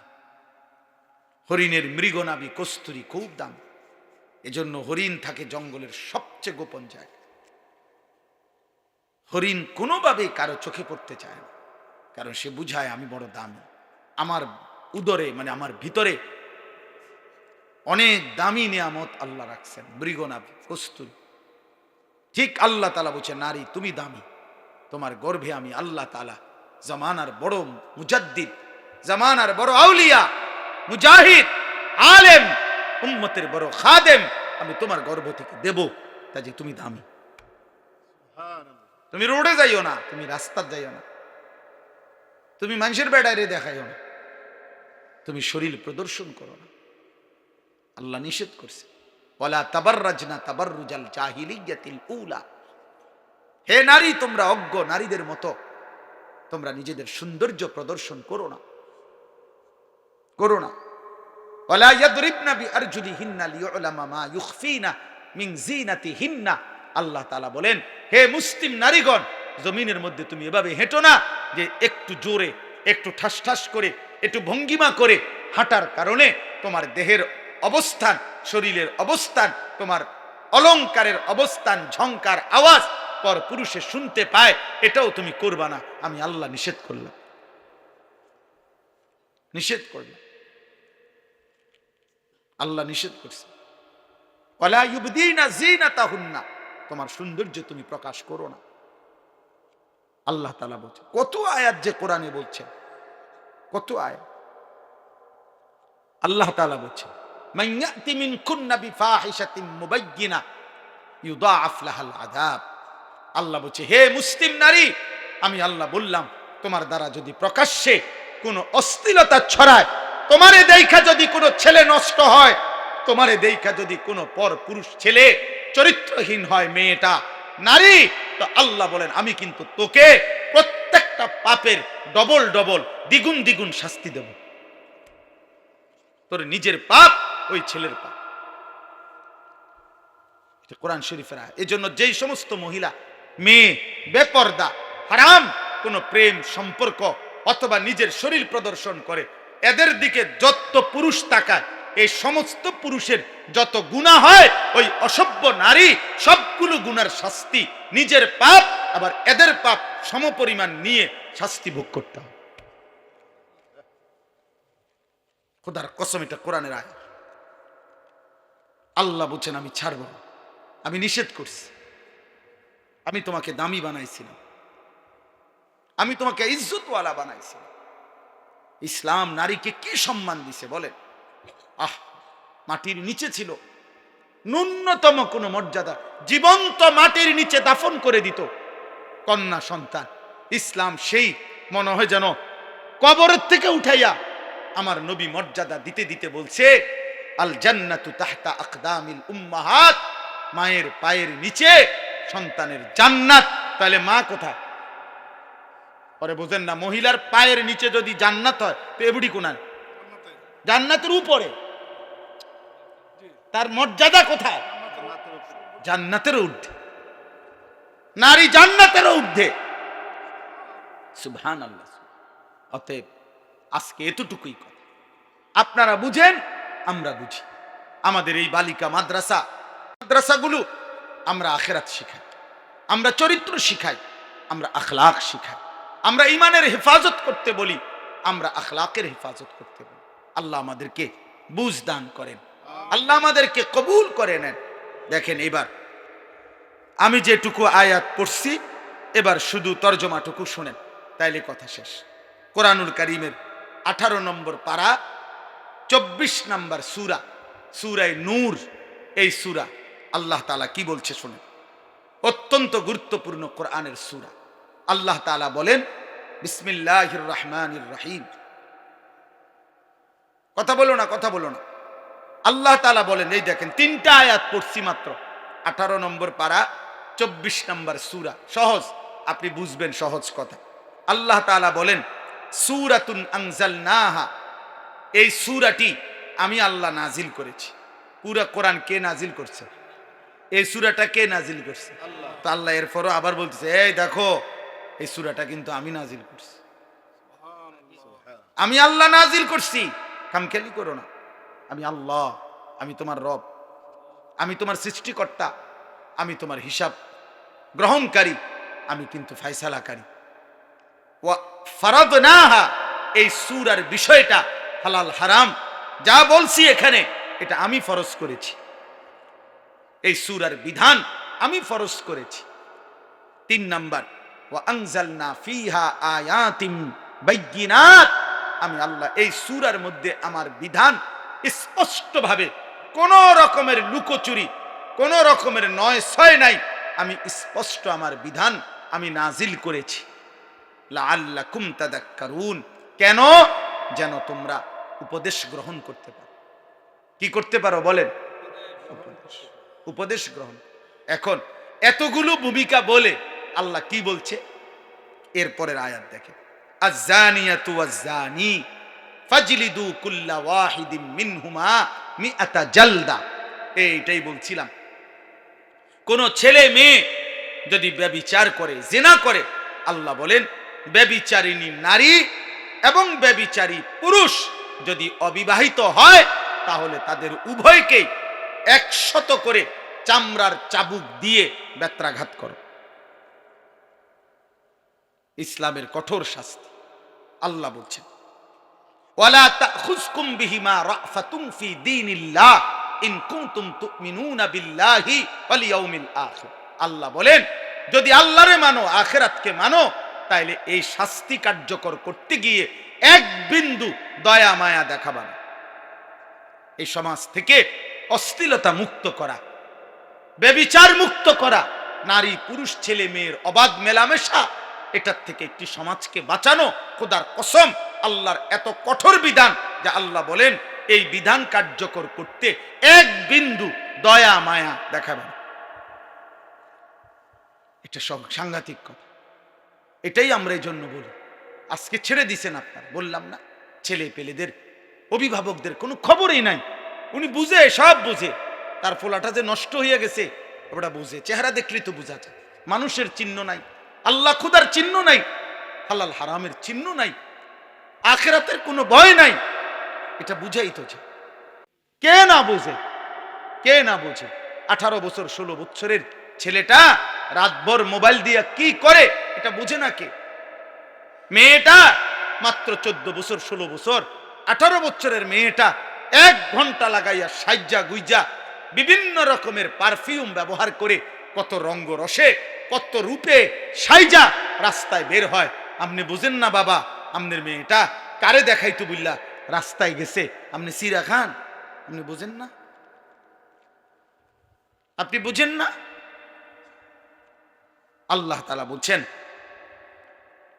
ছেলে কিংবা মেয়ে যদি অবিবাহিত হয়, তারা যদি ব্যভিচার করে, তাদেরকে 100 চামড়ার চাবুক দিয়ে বেত্রাঘাত করে। আর তাফসীরের মধ্যে আছে, আল্লাহ রাসূল সাল্লাল্লাহু আলাইহি সাল্লাম বলছেন, আল্লাহর বিধান যদি বিবাহিত পুরুষ এবং নারী, এই যেটাকে আমাদের সমাজে পরকীয়া বলে, স্ত্রীর স্বামী আছে কিন্তু অন্য মহিলার সাথে, পুরুষের সাথে জিনা করে, পুরুষের স্ত্রী আছে কিন্তু অন্য মহিলার সাথে ব্যভিচার করে, আল্লাহ বলছেন ফারজুমুহুমা, এই 2 নাফরমান পাপীকে পাথর মারতে মারতে অভিশপ্তদেরকে দুনিয়া থেকে সরায় দাও। পাথর মারো, পাথর, পাথর এভাবে মারবা, পাথর মারতে মারতে মৃত্যু দাও, মরা পর্যন্ত পাথর। কি সাংঘাতিক কথা বলেন! তার মানে এটাই বলছিলাম, কথা তো এটাই বলছি যে আসমানের নিচে জমিনের উপরে কোন মুসলমানের দ্বারা, কোন মুমিনের দ্বারা, খোদার কসম আল্লাহ বলে, বান্দা আমি এটা সহ্যই করতে পারি না যে মুসলমান পরিচয় দিয়ে ছেলে মেয়ে নারী পুরুষ অবাধ মেলামেশা করবে, আমি আল্লাহ এটা মাইনে নিতে পারি না। কেন? আমি তো সকল চাহিদা পূরণের হালাল ব্যবস্থা রাখছি, আমি খাবারের চাহিদা পূরণ করছি, আমি পানির চাহিদা পূরণ করছি, আমি লজ্জাস্থানের চাহিদা পূরণের হালাল ব্যবস্থা, পবিত্র বিবাহ আমি তো রাখছি, তাইলে তুমি কেন নাফরমানি করবে? তুমি কেন অসৎ হবে? এই জন্য আল্লাহ বলছেন, ওয়ালিয়াশহাদ আযাবাহুমা তাইফাতুম মিনাল মুমিনিন। আল্লাহ বলেন, ব্যভিচারী যারা, ছেলে মেয়ে অবিবাহিত হোক আর বিবাহিত হোক, তাদের শাস্তি যখন কার্যকর করা হবে ইসলামী খেলাফত, তখন যেন অবশ্যই ইমানদারদের বড় একটা গ্রুপ উপস্থিত থাকে, লোকসম্মুখে প্রকাশ্য দিবালোকে এই শাস্তি কার্যকর করতে, যেন বাকিরা ভয় পায়, যেন বাকিদের কলজা সুদ্ধা কাঁপে যে পাথর মাইরা মাইরা ফেলবে।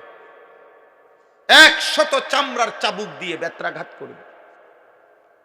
এই জন্য বাবা শুনেন, আরে কায়া, তাহলে একটা বললাম। এই জন্য আমার এই উদ্দেশ্য, যে বালিকা মাদ্রাসা দেখা আমি এটা বলছি। আয়েশা সিদ্দিকা মহিলা মাদ্রাসা, বালিকাদের মাদ্রাসা। মুসলমানের মেয়ের ইজ্জত, মুসলমানের মেয়েকে দিন শিখানো এতটা জরুরি। একটা মেয়ে খোদার কসম চরিত্রহীন হইলে, একটা মেয়ে যদি অসৎ হয়, একটা মেয়ে যদি নিজের ইজ্জত সতীত্বের কদর না বুঝে, একটা সমাজ পুরাটা দুর্গন্ধ হয়ে যায়। কারণ একটা মেয়ে বেপরদা হওয়া মানে ওই শুধু গুনাহ করছে একজন। আমি একটা মিথ্যা কথা বলছি, এটা আমি বলছি। আমি একটা টাকা চুরি করছি, এটা আমি করছি। আমি কাউকে একটা গালি দিছি, এটা আমি দিছি, আমার পাপ। কিন্তু একটা মেয়ে বেপরদা হওয়া, একটা মহিলা বেপরদা হওয়া, একটা মেয়ে বিবাহ বহির্ভূত কোন ছেলেকে নিজের সাথে সম্পর্ক করা, একটা মহিলা এটা করা, এটা শুধু তার একটা পাপ না, এটা একটা সমাজ, একটা জাতি, একটা মহল্লা, একটা সংসার ধ্বংস করে দেয়। শুধুমাত্র সে নষ্ট হয় না, ছেলেটাকে নষ্ট করে দেয়, পুরুষটাকে নষ্ট করে দেয়। এই বংশটা আজীবনের জন্য কলঙ্কিত হয়। তাফসীরের মধ্যে লিখছে, পরবর্তী বংশধর পর্যন্ত এই কলঙ্ক বয়ে বেড়ায়। তোর বাবা অসৎ ছিল, তোর মা চরিত্রহীন। অথচ ওই বাচ্চা হয়তো পাপ করে নাই, কিন্তু ওই অসভ্য মা বাবার কারণে এই বাচ্চাটাও কি হয়, কলঙ্কিত হয়, সাফার করতে হয়। এজন্য আল্লাহ তাআলা বলছেন, কোনোভাবে ব্যভিচারের কোনো পরিবেশ মুসলমানের সমাজে হইতে পারবে না, মুসলমানের সমাজে হইতে পারবে। এরপরে শুনেন আশ্চর্য হাদিস। নবীজি বলছেন, মান জানা ওয়া শারিবাল খামরা নাজা আল্লাহু মিনহুল ঈমান কামা ইয়াখলাউল ইনসানু আল কামিসা মিন রাসিহি। সাংঘাতিক কথা এটা। নবীজি বলছেন, কেউ যখন ব্যভিচার করে, জিনা করে, নারী পুরুষ অবাধ মেলামেশা করে এবং মদ পান করে, এই তিন জিনিস সবসময় একসাথে থাকে। যেখানে নারী, হারাম নারী, সেখানে মদ আছে, সেখানে গান আছে। যেখানে গান বাদ্য আছে, সেখানে মদ আছে, সেখানে নারী আছে। যেখানে মদের আড্ডা, সেখানে নারীরও আড্ডা, সেখানে গানেরও আড্ডা। এই জন্য আমরা সবসময় বলি, বাদ্য গান কোন নামে জায়েজ নেই। বাদ্যযন্ত্র গান, এই গান বাদ্য ধর্মের নামে, ভক্তির নামে, আউলের নামে, বাউলের নামে, ফাউলের নামে, বাটপারের নামে, কোন নামে জায়েজ না।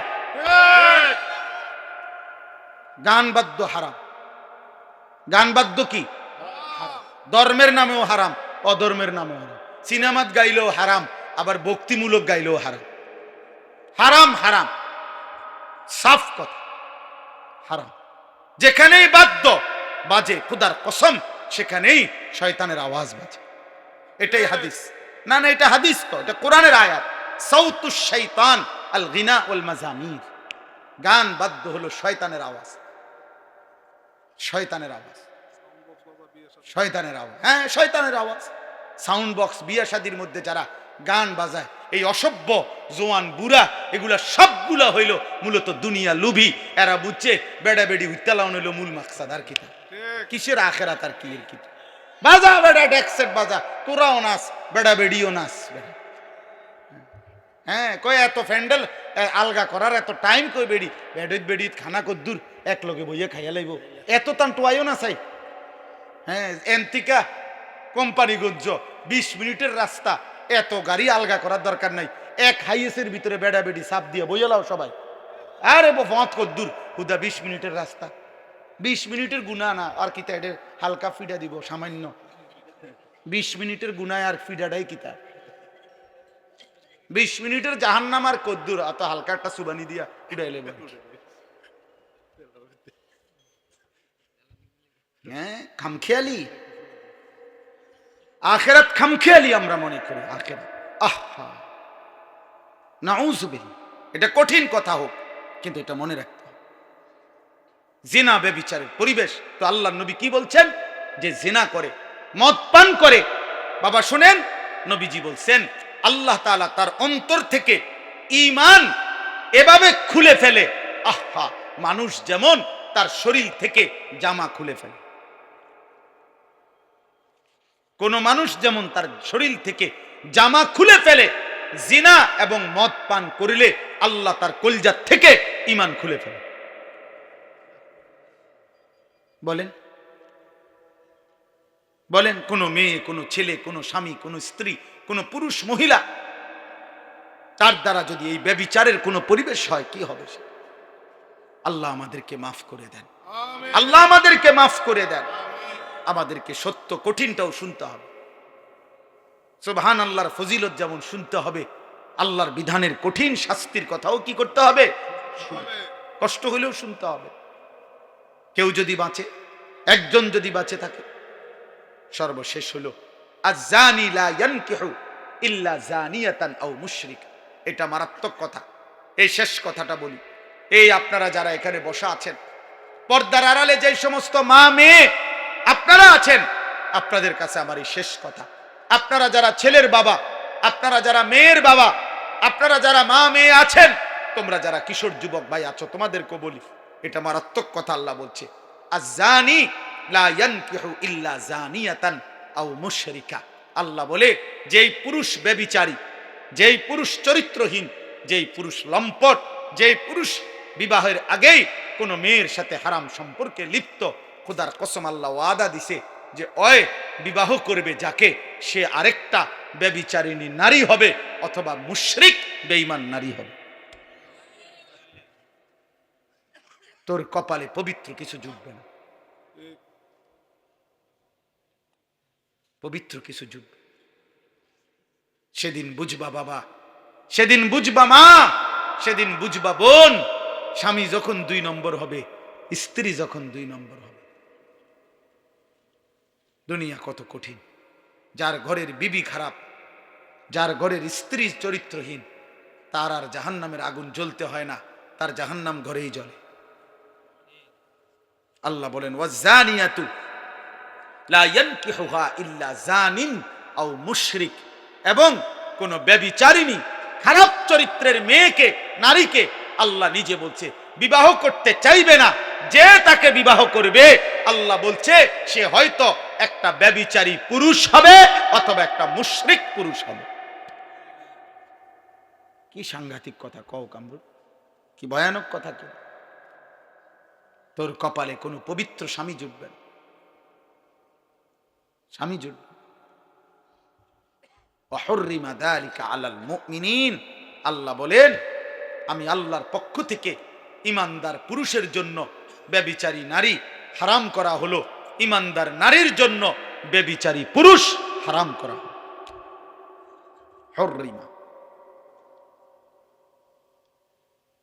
তাইলে বলেন, এই জন্য আজকে এই রাত গভীরে আমি এতটুকু কথা বলি, আপনাদের মেয়েদেরকে আখলাকের হেফাজত করেন, আপনাদের ছেলের আখলাক হেফাজত করেন, আপনাদের স্ত্রীর আখলাক। একজনই মানেন, কোনো অসুবিধা নেই, কেউ না মানেন কোনো অসুবিধা নেই, এত সমস্যা নেই আমাদের। এই পৃথিবীতে আল্লাহর দ্বীন বলে গেছে এমন হাজারো হাজারো ব্যক্তি যাদের হাতে কেউ কালেমা পড়ে নাই, আল্লাহর কথার আনুগত্য করে নাই, তবুও তারা ব্যর্থ না, আল্লাহর কথা বৃথা হয় না। কেউ না মান, কেউ না মান, রবের কথা বৃথা হয় না। আমি আপনাদেরকে জন্য বললাম, এই গভীর রাতে আমার শেষ কথা এটা, আপনারা মনে রাখবেন। এ ছেলেরা, বাবা নষ্ট হইও না বাপ। তুমি এখন কোনো নারী ছবি, অশ্লীল দৃশ্য, বিবাহের পূর্বে কোনো মেয়ের সাথে খারাপ কোনো সম্পর্ক করো না বাবা, তোমার জীবনটা জাহান্নামের টুকরা হয়ে যাবে। আমি বললাম, আমি তোমার চাইতে বয়স্ক, আমি তোমার চাইতে অভিজ্ঞ, আমি তোমার চাইতে বেশি মানুষের জীবন জানি। কষ্ট পাইবা কোনোভাবে তোমরা, এই ছেলে যে কয়জন আছো, তোমাদেরকে বলি চরিত্র হেফাজত করো, অপেক্ষা করো। তোমার মা বাবা তারাও স্বামী স্ত্রী, পুরুষ নারী, আল্লাহ তাদেরকে মিলাই দিছে, তাদের ভালোবাসার ফসল তুমি। তুমি কোনো চরিত্রহীন নারীর সন্তান না, তুমি কোনো চরিত্রহীন বাবার সন্তান না, তুমি এক ইমানদার বাবা মার সন্তান। তো তুমি কেন নষ্ট হইবা? তোমার মা বাপ তো খারাপ ছিল না, তোমার মা বাপ তো বিবাহিত, তোমার মা বাপ তো বিবাহিত, তো তুমি কেন লম্পট হইবা? তুমি তো মাকে কলঙ্কিত করো। যেই ছেলে অসৎ চরিত্রহীন, পৃথিবীবাসী তো তাকে বলে, আরে কোন মার ঘরে তুই অসৎ, তোরে কোন মারে ফেড়ে ধরছে, আহা নাফরমান, পাপ করলি তুই, তো মাকে বেইজ্জতি করলি, তুই কোন বাপের পুত্রে, তা পাপ করলা তুমি, অপমান করলা বাবাকে, বাবারে কষ্ট দিলা, বাবারে লজ্জিত করে দিল। কত বাবা, কত সমাজে সন্তানের অসৎ অপকর্মের কারণে লজ্জিত হয় না? মেল মিটিং দেন দরবারে, শেষ পর্যন্ত বাবা অপমানিত হয়, মাথা নুইয়া চোখের পানি ফেলতে ফেলতে ঘরে আসা বলে স্ত্রীর কাছে, তোমার ছেলে আমার উঁচা মাথাটা নিচু করে দিছে, ওই আমারে আজ বড়া মজলিসে অপমান করছে। এই জন্য বিশেষ করে কোনো মেয়ে যদি চরিত্রহীন হয়, কোনো মেয়ে যদি চরিত্র খারাপ হয়, কোনো মহিলা, এই দুর্গন্ধ সমাজে সবচেয়ে বেশি ছড়ায়, সমাজে ছড়ায়। কাজেই আমরা আপনাদের কাছে বললাম, আপনারা আপনাদের মেয়েদেরকে দিন শিখান, আপনারা আপনাদের ছেলেদেরকে দিন শিখান, আলাদা আলাদা দিন শিখান, আখিরাতের ফিকির করেন। আপনি পারবেন, আপনি সিদ্ধান্ত নেন, আপনারা চেষ্টা করেন। হেদায়েত মূলত আল্লাহর হাতে। কার হাতে? হেদায়েত মূলত কার হাতে? কিন্তু আমাদের দায়িত্ব চেষ্টা। হেদায়েত মূলত কার হাতে? আল্লাহ। হেদায়েত কারো হাতে নাই, আল্লাহর হাতে, শুধু আল্লাহর হাতে। আল্লাহ চাইলে নবীর হাতে বহু লোক হেদায়েত পাইছে, কালেমা পড়ছে, আবার আল্লাহ চান নাই, নবীর হাতে তার চাচা আবু তালেব কালেমা পড়ে নাই। আল্লাহ চাইছেন ইব্রাহিম আলাইহিস সালামের হাতে কত লোক কালেমা পড়ছে, আল্লাহ চান নাই ইব্রাহিম আলাইহিস সালামের হাতে ওনার আব্বা কালেমা পড়ে নাই। আল্লাহ চাইছেন নূহ আলাইহিস সালামের হাতে কত লোক কালেমা পড়ছে, আল্লাহ চান নাই নূহ নবীর হাতে ওনার ছেলে কেনান কালেমা পড়ে নাই। কার ইচ্ছা? মূলত আল্লাহ। অতএব আপনারা প্রত্যেক ইনশাআল্লাহ দ্বীনকে ভালোবাসেন, আল্লাহকে ভালোবাসেন, চরিত্রের হেফাজত করেন, আখলাকের হেফাজত করেন। আল্লাহর নবী বলছেন, কিয়ামতের দিন কারো আমল নামার মধ্যে ওজনে কোন আমল সবচেয়ে বেশি ভারী হবে? আমল সামান্য, কিন্তু ভারী হবে অনেক বেশি। আল্লাহর কসম, নবী বলছে, উত্তম আখলাক, উত্তম চরিত্র। উত্তম চরিত্রের এক ফোঁটা মিজানের পাল্লায় দিলে এটা নেকিতে ভারী হয়ে যায়। অনেক ওজন, অনেক ওজন, অনেক ওজন। ইউসুফ আলাইহিস সালাম পৃথিবীবাসীকে দেখাইছে, আমি 10 বছর বয়সে বাড়ি ছাড়া হইছি। আমাদেরকে বলছে, হে যুবক, আমি 10 বছর বয়সে বাড়ি ছাড়া হইছি। আমার বাবারে আমি ছোটবেলা পরে আর দেখি নাই, আমার মারে আর দেখি নাই। আমার গ্রাম, আমার দেশ, আমার সমাজ, আমার চাচা, মামা, ফুফা, খালু কেউ ছিল না। আমি একটা পৌত্তলিক মুশরিক, জুলাইখা এবং জুলাইখার স্বামী ছিল মূর্তি পূজক, ওদের ঘরে বড় হইছি। আমার ঘরের সবাই মূর্তি পূজা করত, আমি সেই ঘরের চাকর কৃতদাস ছিলাম, গোলাম ছিলাম। আমি সেই জায়গায় থেকেও আমি আল্লাহকে ঠিক মতোই চিনেছি।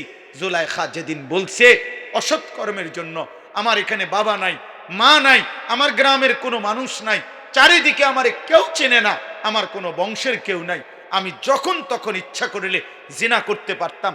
আর এই মহিলার ঘরে যদি আমি প্রতিদিনও যাই, পৃথিবীর কেউ আমারে সন্দেহ করবে না, কারণ আমি তো তার গোলাম, আমি তো তার ঘরে যাবই। তারপরে আমি যা ইচ্ছা তাই করতে পারতাম, পৃথিবীর কেউ সন্দেহ করতো না, কারণ আমি তো এই বাড়িতেই থাকি, আমি তো এই বাড়িতেই বড় হইছি, আমি তো এই বাড়িওয়ালারই ঘরে থাকি। তাহলে সন্দেহ করার কিছুই ছিল না, কেউ বুঝার কিছু ছিল না। কিন্তু ইউসুফ আলাইহিস সালামকে যখন জুলাইখা বলছে, হেই তালাক, ইউসুফ আমার দিকে আসো, অসৎ কামনা বাসনা চরিতার্থ করো, এই ঘরে দাঁড়িয়ে 25 বছরের ঊর্ধ্বে যুবক ইউসুফ আলাইহিস সালাম, যার বাবা নাই, মা নাই, অথচ এমন জায়গায় দাঁড়িয়ে প্রথম শব্দ তিনি বলছেন, মাআযাল্লাহ, জুলাইখা, তোর হাত থেকে আমি আমার আল্লাহর পানাহ চাই। সুবহানাল্লাহ। قال معاذ الله إنه ربي أحسن مثواي। ইউসুফ আলাইহিস সালাম দ্বিতীয় কথা বলছে, জুলাইখা, তুমি জানো না আমার রব আমার বড় মেহেরবান এক রব, এক অসহায় যার কোনো ঘর নাই, বাড়ি নাই, যারে তার ভাইরা বাড়ির থেকে বের করে দিছে, কূপে ফেলে দিছে, এমন একজন অসহায় ছেলে আমি, এই অসহায় ছেলে আমি ইউসুফকে আমার আসমানওয়ালা রব সেই ছোট্টবেলা থেকে লালন পালন করে বড় উত্তম আশ্রয়ে লালন পালন করেছেন, আমি কেমনে এমন মালিকের নাফরমানি করব? 3 নম্বরে বলছে ইন্নাহু লা ইউফলিহুজ জালিমুন। এরপরে বলছে জুলাইখা, কিয়ামত পর্যন্ত মনে রাখবা, জিনাকার, ব্যভিচারী, এমন পাপী কোনোদিনও সফল হতে পারে না। লা ইউফলিহু, ব্যভিচারী সফল হয় না, চরিত্রহীন যুবক, পুরুষ, নারী সফল হয় না, সফল হবে না। এই 3 কথা বলছি। আমি আল্লাহর আশ্রয় চাই, আমার আল্লাহ আমারে উত্তম আশ্রয় দিয়েছেন, এবং লম্পট, চরিত্রহীন, ব্যভিচারী তিনি বলছেন সে সফল হইতে পারে না। এগুলোর জন্য সবগুলো শেষ পর্যন্ত তওবা না করিলে, এই যতগুলো ছেলে মেয়ে বিবাহ বহির্ভূত হারাম সম্পর্ক করে, এগুলো শেষ পর্যন্ত এই পৃথিবীতে অসল অপদার্থ দজবঙ্গ হিসাবে পড়ে থাকে। হ্যাঁ, অল্প কয়দিন পরে নেশা ছুটে যায়, অল্প কয়দিন পরে যৌবনের চাহিদা ছুটে যায়, অল্প কয়দিন পরে যৌবনের সক্ষমতা চলে যায়। হ্যাঁ, দেখেন না হার্বাল কোম্পানির কাগজ জেন্দিয়া লাগায়, 30টা লাগায়। হ্যাঁ, মূল কারণ তো এটা, ওরা জানে যে চরিত্রহীন যুবক আসবে, এই জন্য আপনার জেন্দিয়া পোস্টার লাগায়, 30টা করে লাগায়। তারা জানে লক্ষ লক্ষ কিশোর যুবক চরিত্র নষ্ট করে হায়াত শেষ করে দিছে। এই জন্য আমি অনুরোধ করছি, আল্লাহকে চেনেন, আখিরাতকে চেনেন, গুনাহ ছাড়েন, বলেন ইনশাআল্লাহ, বলেন ইনশাআল্লাহ। কোরআনুল কারীমের মধ্যে আল্লাহ বলছেন, যে জিনা করবে ওয়া ইয়াফআল যালিকা ইয়ালকা আসামা, আমি তাকে শাস্তির মুখোমুখি করবই। কোরআনের আয়াত। কেমন শাস্তি? ইউদাআফ লাহাল আযাব, আমি জিনার শাস্তি দ্বিগুণ করব। আল্লাহ আমাদেরকে হেফাজত করেন। আজ আমি আপনাদের কাছে অনুরোধ করলাম, আপনারা আপনাদের ছেলেদেরকে, মেয়েদেরকে দ্বীন শিখান। আপনি চেষ্টা করেন, হাল ছেড়ে দিবেন না, হাল ছেড়ে দিয়েন। আল্লাহ এই মাদ্রাসা কবুল করেন, আল্লাহ তাআলা এই মাদ্রাসার জরুরত পূরণ করে দেন। শেষবারের মতো আমি আলহামদুলিল্লাহ আপনারা আগে দিছেন, আমি শুধু 1 মিনিট আপনাদের কাছে বলি, মাদ্রাসার জন্য আপনারা নগদ 2-4 জন ভাই উঠেন, আপনাদের পকেটে যদি থাকে আপনারা মাদ্রাসার জন্য একটু একটু সহযোগিতা করেন। এখনই আমি দোয়া করছি, এই দোয়ার আগে এই মাদ্রাসার জন্য আপনাদের ভালোবাসা দিয়ে নগদ আপনারা সামান্য যেটুকু সম্ভব হয় আপনারা দেন। আল্লাহ ঠকাবে না, বরকত হবে ইনশাআল্লাহ। উঠেন, উঠেন, 1 জন বা 2 জন উঠো ভাই, 2-1 জন এলাকার বাড়ির কেউ উঠো। মাশাআল্লাহ, নেও ভাই, হাতে হাতেই নাও, রুমাল লাগবে না, হাতে হাতে নাও, দেন। আপনারা প্রত্যেকে, ছেলেরা বাপ তোমরাও দাও, যে যেটুকু হয় মহব্বত করে দেন। আল্লাহুম্মা সাল্লি আলা মুহাম্মাদ ওয়া আলা আলি মুহাম্মাদ কামা সাল্লাইতা আলা ইব্রাহিম ওয়া আলা আলি ইব্রাহিম ইন্নাকা হামিদুম মাজিদ। আমাদের গ্রামের একজন মুরব্বী আবুল কাশেম খোকন, উনি আইসিইউতে আছে। আল্লাহ শিফা করেন। আমাদের সাবেক মন্ত্রী আলহাজ ব্যারিস্টার রফিকুল ইসলামী আমাদের গ্রামের সন্তান, উনিও মানে খুব অসুস্থ, ওর জন্য একটু দোয়া করবেন। আল্লাহ শিফা করেন।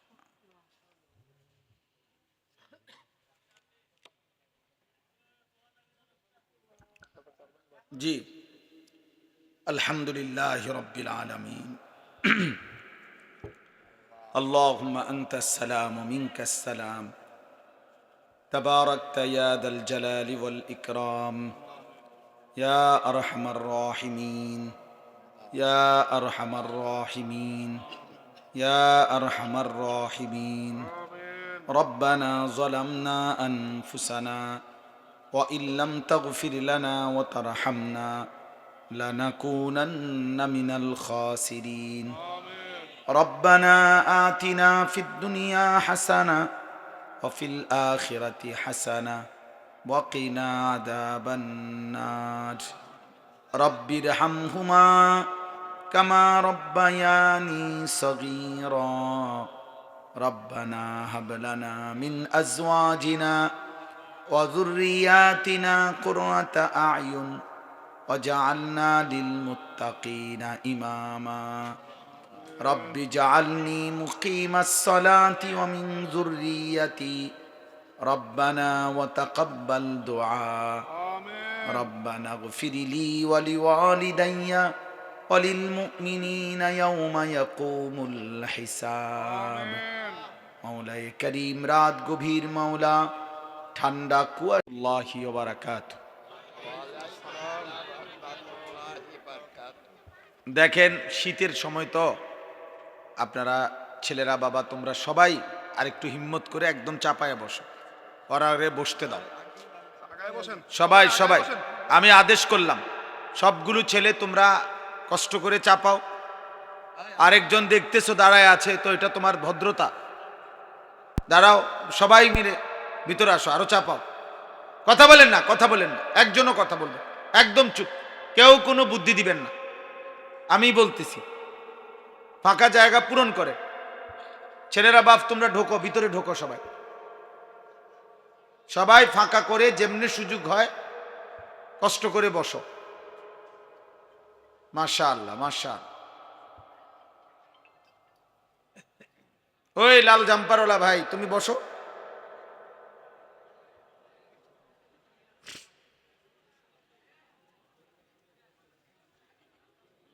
তোমরা এই যে ভাই তোমরা বসো। এই কোনাওয়ালা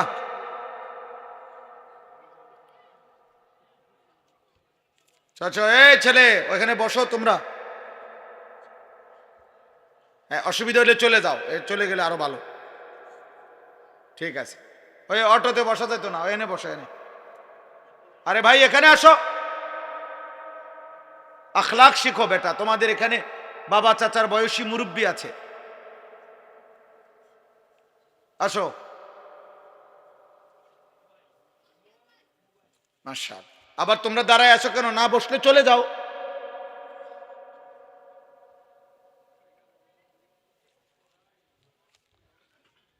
দ্বিতীয় কথা হলো সবগুলো হাতে ধরা মোবাইল বন্ধ করেন।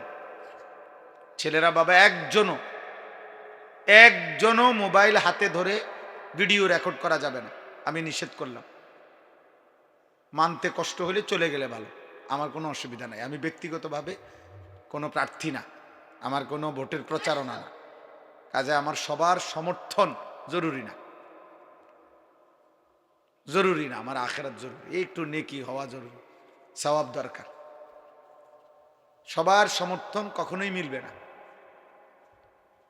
রাসূলুল্লাহ সাল্লাল্লাহু আলাইহি ওয়াসাল্লামের পূর্ব থেকেও সমস্ত আম্বিয়ায়ে কেরাম, আউলিয়ায়ে কেরাম, সাহাবায়ে কেরাম, আল্লাহর পথে যারাই মানুষকে ডাকছেন সকলের শতভাগ সমর্থন হইলে তো সবাই কালেমা পড়ত। বুঝেন নাই কথাটা? কাজে এটা জরুরি কোনো বিষয়। এই জন্য প্রত্যেকে যেটুকু কথা আমরা শুনি মনোযোগ দিয়ে শুনতে হবে। মোবাইল হাতে ধরে রাখলে দিল জমে না, মনোযোগ হয় না বাবা। শুধু শুধু সারা দিন রাত ফুল টাইম মোবাইলের প্রতি পড়ে থাকা, এটা আসলে মূর্খতা। এটা এক ধরনের জীবনটাকে মানসিক ভারসাম্যহীন বানায় ফেলে। অসংখ্য যুবক কিশোর তোমরা যদি বিবেক থাকে ভাইবা দেখো, এই মোবাইলের প্রচন্ড আসক্তির কারণে তোমার ভিতরে কোনো ভদ্রতা বলতে কিছু নাই, যে এখানে কি মানায়, অমকের সামনে কি মানাবে কিনা, কি হচ্ছে, কেমন লাগতেছে, কোনো কিছুই ব্রেনে কাজ করে না। পার্থক্য শক্তি কমে যায়, অনুভব কমে যায়। তখন মানুষটা এক ধরনের জন্তু জানোয়ারের মতো এমন হয় যে আমার যা মন চায় আমি তাই করব। এটা কিন্তু মূলত জানোয়ারের স্বভাব, মানুষের স্বভাব। মানুষ হলো যার পূর্ণ সুখ, বিবেক, বুদ্ধি, বিবেচনা যে কাজ লাগাইয়া পার্থক্য করতে জানে। এটা আলো, এটা অন্ধকার, এটা উচিত, এটা অনুচিত, এটা আমার করণীয়, এটা আমার বর্জনীয়। এই পার্থক্য জ্ঞান যার মধ্যে থাকে তাকে মানুষ বলে। আর পার্থক্য জ্ঞান যার মধ্যে নাই, হালাল হারাম সব বরাবর যার কাছে, ওই মূলত জানোয়ার। ও মূলত চতুষ্পদ জন্তু, মদও খায়, মধুও খায়, মাকেও দেখে, বোনকেও দেখে, আবার হারাম যে নারী দেখার অনুমতি নাই তাকেও দেখে, গালিও দেয়, সালামও দেয়, কষ্ট করে উপার্জনের টাকাও নেয়, সুদের টাকাও নেয়। তাইলে তার কাছে মূলত কি নেই? হালাল হারামের পার্থক্য নেই।